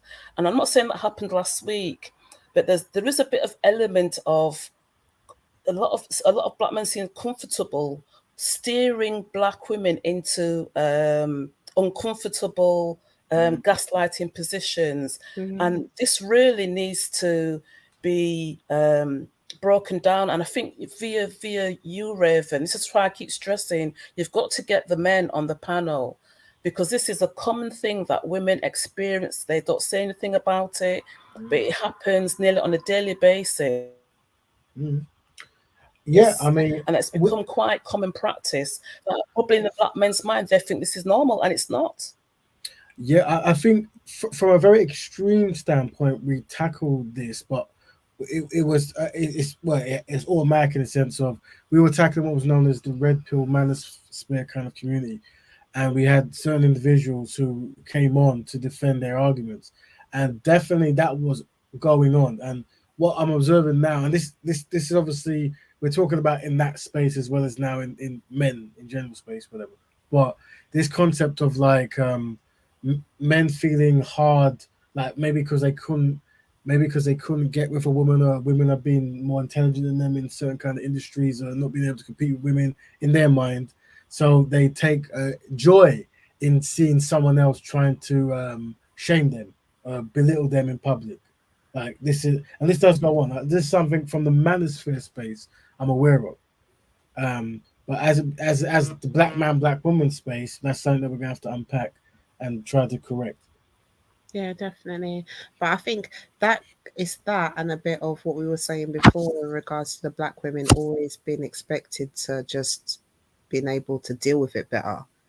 You know, just that expectation. So that, you know, because I ask all that, but then as I'm listening to True Poetic and what she was saying from Fiona, I was thinking this just kind of reminds me of what we were saying, that, you know, consistently the black woman who's just had to have gotten on, if we just look from like captivity to now, you know, she's always been down, like just used, abused, and obviously the our males couldn't help us, so you kind of your brain just kind of gets, just to get on, you just kind of get used to, you don't, and that get used to black women just being able to just deal with a bit more pain. We know that happens in medical. We know that happens in relation to education, that, you know, this notion, this kind of notion is just not gone into white people. We know that black people are just as brainwashed. This notion that black women are just tougher, they can get on with it, they can defend themselves. I think that kind of has an element in it as well. But Sister Kushi, we dealt with it last week. Sometimes men and women are not always going to be aware of situation, right? However, the goal is that reprimanded and penalties been shown. The elder, one of the most humiliating thing upon the elder is that, first of all, is older than us and cannot communicate with women upon black betterment. That's humiliating. And he was reprimanded. He has to stay in the chat. And me, Brother Raven, and the rest, we tackled it. We all did it and says, unfortunately, Alda, you have to stay in the back. Do you understand what I'm saying in that, right? For us to go on more with this situation, what's going to happen is, it's like we're dismissing the penalty, what's happened. And when we go online, beloved, right, is that we have to be prepared for many things online. Online is very scary. YouTube is not a nice place, as I've seen for myself, right? But at the same time, as long as there is a penalty of disciplining those who go against our women, that you will be humiliated, right? You will be spoken bad about by any means necessary. And I believe the Black Betterment, big up to True Poetic, right, dealt with that. And we came to agreement as a collective and said, you have to stay in the back. I didn't really look at the comments, but then I did see deleting of the comments, because the sisters, big up to them, they want black men on the panel. I don't think it's a good idea politically, and because I said this to Sister Naifa, that there is a historical memory that black men have towards black women because of what has happened, how they've been raised due to white supremacy and due to the Roman Greco culture and due to the fact of the lack of fathers in the house. So there is a resentment. Now, to get all the black men on the panel with the women, that's not going to be a good idea, because to be able to allow the black woman to express herself without feeling your masculinity is being attacked is not a skill that all can carry out. I myself, right, I'm trying to do that, and I got daughters that are old, you understand, and a wife, etc., and that, right? So I don't want the sisters to be attacked while they're on there, which is why having Brother Raven, myself, and Brother Daniel, right, is that as long as we can eventually identify and reassure the sisters, that is the best thing at this present moment. But to have all the black men on the panel, nah, that's not going to be good. That's going to make things 10 times worse, beloved. Well, I don't know, because I mean, Brother Raven is the one who says that he wants that. And it's also Brother Raven who wanted to delve into the conversation a bit more and asked Trooper to dig on a bit more into it. So I just wanted to say that, but I do agree with his points as why he did that. So so this is what I'm saying, bro. If you're saying that, because I was going somewhere and then you interrupted me to say that you don't think that we should be delving into this anymore, and that if we talk about this anymore, it's almost demolishes what the brothers are, the good things that the Black Betterment and the brothers did. But we've just got True Poetic on there because we're just hearing from her now. So it wasn't necessarily the swiftest way. And what Brother Raven said is that he does want to open it up to talk about things, that to improve on things. And to be honest with you, this is what I was trying to say before Sis came on about the loyalty of the Black woman. Yeah, it's a beautiful, strong, but at the moment it's not to be reckoned with or played with in this era. So it's very important when these little intricacies that happen continuously, as the sis says, is out and open, and we're allowed to talk about it, bro, without getting told that, oh, we're just dismissing what's been done. Because then you just open the debate of, was it really done well? Because it's Sister Shireen who had to jump on the third attempt to shut it down. On the third show, bro. I think... So, I mean, and this is what I'm saying, by doing that, we're now going through the criticizing way, when we could have just been on, okay, hands up, it took 3 shows to get there. The sister's saying that's a bit much. The sister's saying that we should have stopped it at probably show 1, right? Sis would not have been forced to show a picture. She wouldn't be disrespected right now. He'd probably be getting bored of being ignored, and he would have been gone by now. That's just fair to say. Now, like I said on the show that I applaud the brother. That's why I said that I wasn't going to be the one. And I'm glad that the other sister, I think it was Sis Shireen who was on there with me, didn't answer when Brother Raven asked, like, what should we do? We felt that it was the men to do it. And you came off and you said that you're going to do it.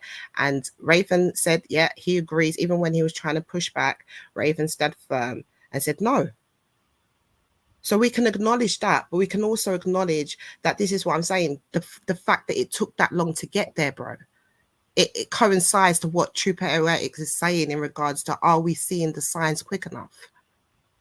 Yeah, I mean, if we're just going to brush that under the table, it's not going to make sisters want to come on. Because it's just more of the same that we're seeing. We're not talking about the direct issues. The thing is, in regards to the brothers, I'll just say, bro, like, before you want to come in, Raven, and I'll just be quiet. But I just want to say, in regards to brothers, I welcome more brothers on. Like, I think it'll be okay to have more brothers on. So that's just what I want to say on that. So go ahead. And let me just say this before anything else happens. I think with the brother, I see a very unique case, and we've put him to not come on the live panel because of the triggering words and lack of understanding and speaking difference he has with the entire panel. But obviously now with typing stuff and his codified way of typing, it's still triggering. And this is, the thing is, I don't want to make him a unique case, but it's almost like there's something of a different nature going on there that we're yet to really work out. But whether we work out or not, we have to put a stop to it because it's not contributing anything of a constructive. Can I just clarify, Raven? Thank you for that, though. Because when you say triggering, that's like it's something that the women have gone through something, so he's activating something, but he's the one pushing that behavior onto us. He's the one doing it. This is my point. And for a whole year, when I was looking back at some of the streams on that last stream, for a whole year, you guys have been putting up with this. I was so astonished to hear that. This is what I don't understand. The thing is, sister, we've had similar things before, and we tend to get certain personalities who are more the live speakers from the Speakers Corner background community. And sometimes, because we have an open policy, we don't necessarily check a person's historical background fully. We just have an open door policy. But when a person behaves a certain way, we start thinking that maybe there is obviously a way they process information that is very different from maybe the average everyday person. And Speakers Corner seems to produce quite a lot of these characters. And I'm aware of this because I would go Speakers Corner live and see it. I go, oh, okay. So what I try to understand is, I don't really have judgment to place on anyone to say, but what we can say is we've got a rule set and people have violated it, and we've given them fair warning, and they violate it again, so they can't come because it's contributing to much confusion. And we usually leave it there, but I don't really, apart from going deep into why a man will do this, Brother Raven, this is called the Black Betterment Broadcast, but he clearly does not like black women, and no one's got to the root of that and as to why. And it's been going on all this time. Do you know what I mean? It's been festering, and he's projecting it onto us, and it's nothing to do with us. Someone has upset him or whatever in the past, and it's gone untreated or do you know what I mean? Unresolved. And it needs to be addressed from you men, obviously privately, but that needs to be addressed. Because maybe he can be helped. That's what I'm saying. Maybe he can be helped. He doesn't have to be estranged, but maybe he can be helped. But you guys need to talk to him. This is the whole point. You men need to talk to each other. Yeah, I agree with that. And but I was trying to highlight the like, to a certain degree, we might not be best qualified to talk to certain kind of personalities. That's what I found from the Speakers Corner background, right? That there were many people who showed similar patterns of behavior, and when you get down to the one-on-one scenarios, realize that actually this might be bigger than we're best qualified to do. As in, it contributes to other things as well. As in, like, before we can even deal with that issue, there's other issues that seems to be reoccurring, and this is quite consistent. But it can go undiagnosed until certain topics are brought up, which clearly has been said now. This has happened before with, in my opinion, from Speakers Corner community. It really is quite consistent, this behavior. And the reason I say this is because inside, when we were talking about protecting black women in this kind of like digital space, a lot of the women, a lot of the men who women are arguing with on some of these other channels, they have the same pathology, they have the same behavior pattern, but they might be from Turkey, or they might be from Egypt, or they might be from whatever, but they have a similar kind of a way of processing. It's almost like there's this, I don't know, world out there where this is how things are done, and yeah, I don't know, I don't know. Cut and run seems to be the best solution when you detect it, because we don't have the actual qualification or professional insight to fix them. I think that's why it's important that we be able to all see the signs quickly. Yeah, I think you understand what I'm saying, don't you, sister? I think you could. Yeah, you're not qualified to be able to deal with if there's something mentally going on with him. or people in general. I'm talking about. yeah, As exactly. the speakers corner produces a whole lot of dedicated pathologies of a consistent nature, and it's like you tell someone one thing and then let's keep doing it. You're like, oh, okay, this is, and then you think, and then Speaker's Corner was good years ago, but it's gone. I don't know what's happened to it, but it's not what it was in before years ago. It's not. no, but the thing is that there's always been an element of uncontrollability that people don't see unless you're there. And sometimes with the whole clickbait shows, many personalities grow from this environment, and but those personalities now go on shows. Now with them, they're very trigger based, meaning I want to make a person do a certain thing, and when they do it, I'm going to keep smiling and giggling. There's a lot of that, and I noticed that black women, righteous black women, seem to be under attack. And what I tell them is, when you come across that kind of personality in a kind of forum space, leave, because it's what they really want. So they'll say anything to get you to react a certain way, and then they'll just laugh and snigger, and they'll say you're an angry black woman, this kind of stuff, right? And you'll notice that I actually never really engage with them ever, like really ever, right? And because it's like they're the masters of trolling, the masters of trolling. They've turned trolling into an art form, and I'm saying unless you enjoy that, stay clear of it. Like with me, I came for very particular reasons to help black people, and I can't help black people if I'm talking to a troll from Turkey. It just doesn't happen. Do you know what I'm saying? That's why we created strategies for safe zone for black women, because I know this myself, especially growing up, is that they like to exploit black women in this way, and I could sense that. What the problem is that a lot of us like to indulge in this type of behavior, and we can get lost into it.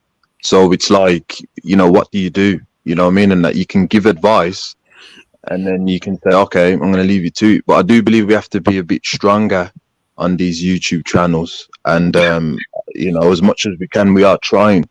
You know what I mean? We're trying our best to identify certain things. But Frances Cress Welsing in the beginning, Brother Raven, made it clear when it comes to the black man, she's a qualified in Meshire harmony. It pertains to the black man. You know what I mean? He values the non-African woman. When you understand the Roman culture, read upon that, and when you understand the Willie Lynch, it will typify how we think as black men. You know what I mean? Elements, Roman culture, they believe the woman is made the man eat the apple, and then she's the handmaid of the devil. So she's devilish, anything she says, does, or how she acts. So a lot of men, and even black men, unfortunately, have that mindset. So whenever the woman speaks or asks a question, they feel like their masculinity has been violated because the woman is a handmaid of the devil. Now, these things, we have to learn these things. I'm not saying it's an excuse, but understanding the political science of how to deal with each people can give you insight. Go, okay, this is how I'm supposed to deal with it. I'm going to do this, I'm going to do that. But that's the reality of it, sister. The Roman Greco culture, which the Europeans have indoctrinated black men because about disorganization, and we believe that is how women need to be treated. Let me add to that. I think black women have been doing well, though, generally, of recent times, about how they've been holding firm. I think I could give you someone who's militant. I could give you someone who's eloquently going to explain it. I can give you someone who's going to tiptoe and say it. So I kind of think, and obviously because of a need, I don't think they just got up and did this. I think they had to, but I think black women have done that pretty well. I think, well, there's a reason why I always say black women and not women. We're not other women. We come from a different culture. When another culture is a bit fiery, they're spicy. When a black woman does it, she's an angry black woman. And that's just such an old notion that I'm so glad that black women don't subscribe to. When it's time to give a little fire, it's time to give a little fire. And it'll be spicy just how you think it's spicy when Latina does it. And that's just, I'm not gonna try and mold and shift the black woman into an ideal, I don't know what kind of woman this is, where she's just small and this ain't a black woman. It's not been a black woman for our history, and had we have been like that, the black race would not have survived. So I celebrate with black women in all ways that they come. And it's just about recognizing that when they go to different spaces, I'm more than confident that black women can move in those spaces in the rules in which they want them to conduct them. But I'm proud of how black women are moving currently. Thanks for that. Can I ask you a question? You can look before you say this one quick thing, and it's something that you actually said, and it correlates with something I was It's trying to about tell you. growth. You know how Well, let me say this, and then please don't forget though. It's important growth. It's just when you said you came on here, and you found a space that seems to be conducive to trying to find solutions. So you decided because this is that you found it quite naturally, right? Well, this is what I'm trying to make the members on here do for themselves. Is when they go out, they create the environment so that when other black people see it, they feel they can come and do the same thing. And that's key to the solution to actually going on to panels that actually hate black women. As in, we create a space ourselves that make that is always trying to defend black women, rather than going to spaces that are dedicated to troll and hate black women. Well, carry on, sister. You want to say something? you sort of answered the question in a way. Actually, I'll just add to that. It's about growth. You know, it's like a black woman sees a need for growth. What is the impetus for the growth in black men, or what could be? As in, what could motivate it? What would encourage them to want to be better? You know, improve. I mean, Kelly's saying that they are who they are. They don't want to be told by anybody to do this, that, and the other. So my question basically is, are we wasting our time trying to think that things will change? It's all right you're saying that, but it's the brutal truth that I the think cold hard truth acknowledgement. that there will be no change. I would say acknowledgement when achievements is there, if achievements ever is achieved, is very key. I think like a well done from people from their peers, women and stuff saying well done for achieving this and highlighting. And that's another thing that we said you know highlighting those who do and giving them credos and stuff like that is quite important. So the community can know that when you do good, the community gives you love for it. So I think that could be one thing. But also from a strategy standpoint, making sure we always tell black men you compete with other men and not women, if that makes sense. Like those two things there, like giving them purpose that you are to go against white men or non-black men, whatever. And then once they've achieved what we're meant to be achieving, or we do stuff of a defensive nature, a value nature, protective nature, that kind of stuff. Highlighting, we just want to give thanks to Brother J and Brother K and Brother A and Brother, for doing this because they stood up in public and they did this stuff for the black community, for black women, for black children, and letting everyone see that when black people achieve stuff, or black men achieve stuff, black women acknowledge it, round of applause, and they give those men more props than men who don't do anything. Right. For example, let me give you one example. Let me give you one quick example. Definitely. Right? Some of the platforms that some black women will go on in the internet space, right? They'll be run by black men. And on those platforms, they will probably be on those platforms 1,000 times. So, but they might be on a platform like this that's been made to protect them once, maybe half of once. Who knows, right? So what that's saying is, by your time and energy, you're giving more props to a person who's anti-black woman than a person who is actually pro-black woman, and that way you're kind of like giving more credence, more acceptance, more knowledge to an idea that is anti-you, and realizing that where we go and how we speak might be a part of the process of not making the people feel like the effort they put in is being appreciated. Yeah. Yeah. Also, one thing that we have to be very aware of, and this is just across the board, you tend to find that black men who openly speak for black relationships and black love will be under the most attack. And that's especially from unsynchronized black men, of course. But be very careful that when you might disapprove of certain strategy, that you realize that you're giving more hell to a man who is speaking for black love than someone who isn't. As in, because you don't agree with their way of dealing with certain unsynchronized men or this kind of back and forth. How you deal with them in comparison to a person who's clearly anti-black. Once again, we might be painting that picture that we're more hostile towards solution providers than chaos bringers. I think part of that was I think particularly online, was due to, I think a lot of black women have suspicions about some of those, you know, content creators who do profess to be for Black love, and then they let women down because, you know, certain things are found out about them, blah, blah, blah. And I think that has grown over the last few years. And I think, so that's wrapped up with, you know, disappointment and suspicion. But I think, this is what I'm saying, I think the more that Black women see that Black men are turning the corner, so to speak, I think there will be more confidence in those type of platforms. But I think there's so many undesirable platforms around that sometimes it is like, it's sort of like, you know, you really are, it's a needle in a haystack sort of case. But yeah, I hear what you're saying. Yeah. I mean, one just to add to that, this is something that I know personally. When you go in public and you confess constructive Black solutions, whatever, right?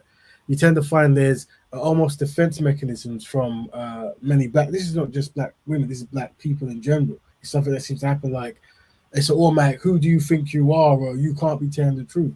But then when you have Black people casually around each other describing behavior patterns that it doesn't work in our collective best interest, it's more casual, calm. Everyone's, you know, happily engaging. But as soon as you become a solution based, like how do we fix this problem? How do we get Black men to love Black women? And then it's like it's a Royal Rumble, and this for me highlights a form of self hatred, doesn't it? That the message, isn't it being weary though? No, I think Black women are tired. Exactly. Like if we know collectively that every person who've come recently and said that they're for the Black community, especially Black women, have dashed women under the bus. Just because you see another one doing it, we're not gonna do the same. This is what I'm saying. Like I feel like it is the age of Aquarius. So people are noticing the patterns and they want a change. Why would you just jump on that? Now, if you're saying that, okay, if you go into someone that's unsynchronized, I don't expect anything to be there. I know it's a joke. I know I'm going there for entertainment. So I'm not going to have any reverence or expectations. But then if we look at Brother Ken as a perfect example, he's been quite consistent in these digital kind of streets for many moons now, and yet he still will find himself around a multitude of Black people who are very hostile towards his very peaceful, ever high principled solutions, right? Yeah, because he chooses to goes on those channels, right? He goes on like channels, you know, with these brothers. But then there's still what you're gonna get, like the same thing that you've just said to Black women. But so that's what you're gonna expect to get. You're gonna get that. You're probably not even gonna get any synchronized people on some of them. No, well, this is where we're different. There is definitely forms of synchronization. It's just it manifests in different ways, right? Can I just say something? And it's not really against Kel, but this is, and it's from last week. But throughout that whole episode, and I don't know if it was an observation stance you were taking, but I think, Kel, you didn't say anything until near the very end. If this was a real life thing that happened in the streets, would you at any time have wanted to maybe, although I know Raven was wanting to take the lead, so to speak, but you were so quiet on the panel. It was almost strange. But to me, I noticed it all the time. But is that the stance that you take then, to observe and then sort of make notes of it as a case study? What was your stance on that occasion? What to happen last week? Last week, yeah, because you didn't interject. You didn't say anything to the very end until you were asked to speak. I didn't say anything. I know that's what I don't remember that. I'm saying, at all. But what I'm saying I don't is you were remember listening that. to it. What did you observe? What was your thinking? What? Sorry, I don't remember me not saying anything. You didn't say anything whatsoever till near the end. Whilst I was there anyway. I think afterwards you did, but I was just wondering because this, you know, when things happen, this is what I'm saying. Right. It's I just find you go into other panels and they go for you, but on this panel I know you feel safe and blah blah blah, but that was happening and you didn't say anything until the very end. But it's not criticism, it's just an observation. I'm just trying to learn what it is you were trying maybe to learn from that. I don't know, but I can't remember or that because if you're asking me my everyday life, sister, I live in a very segregated place. Do you understand? Like very segregated. I have a lot of my family around, etc. If anything kicks off, I can always phone my family members. Everything is all in that proximity where I need to go. So if we react not straight away, then there's always backup. This is why we always say black people need to be around security, etc. Because if things do kick off, then you know what I mean. But when we far away in different places, it's problematic. I can't remember that, but what I do know is that are you referring to? I'm trying to think because it's 3 times, wasn't it? It happened where something to do with the code of conduct. Are you on about that? And then what happened? Then it went to. Is that when Lady D was on? Is that you referring to that No, time? I think what she's saying is when Brother IC3 was outbursting, she says you wait to the end. But I can confirm, Brother Cal did come in and make it. He was very strong with the conclusion of what we should have done at that point. I think she was saying that. I saw the conclusion. Yeah, at the end, I did see that. I can't remember, but the thing is that I'll be honest with you, sister, is that hold on, there's brother. a lot of us. Before you speak, is it cool if we call if because we've gone past fair time? Can I disconnect the live and we can round up amongst ourselves here? Is that possible? Yeah, that's to preserve the show. Yes, brother, man. Yeah. Sorry, fam. I'm just gonna go. So if everyone until next week, Black Bear Men, but everyone stay live. We're just gonna have a last outro thing. Thank you very much, family, and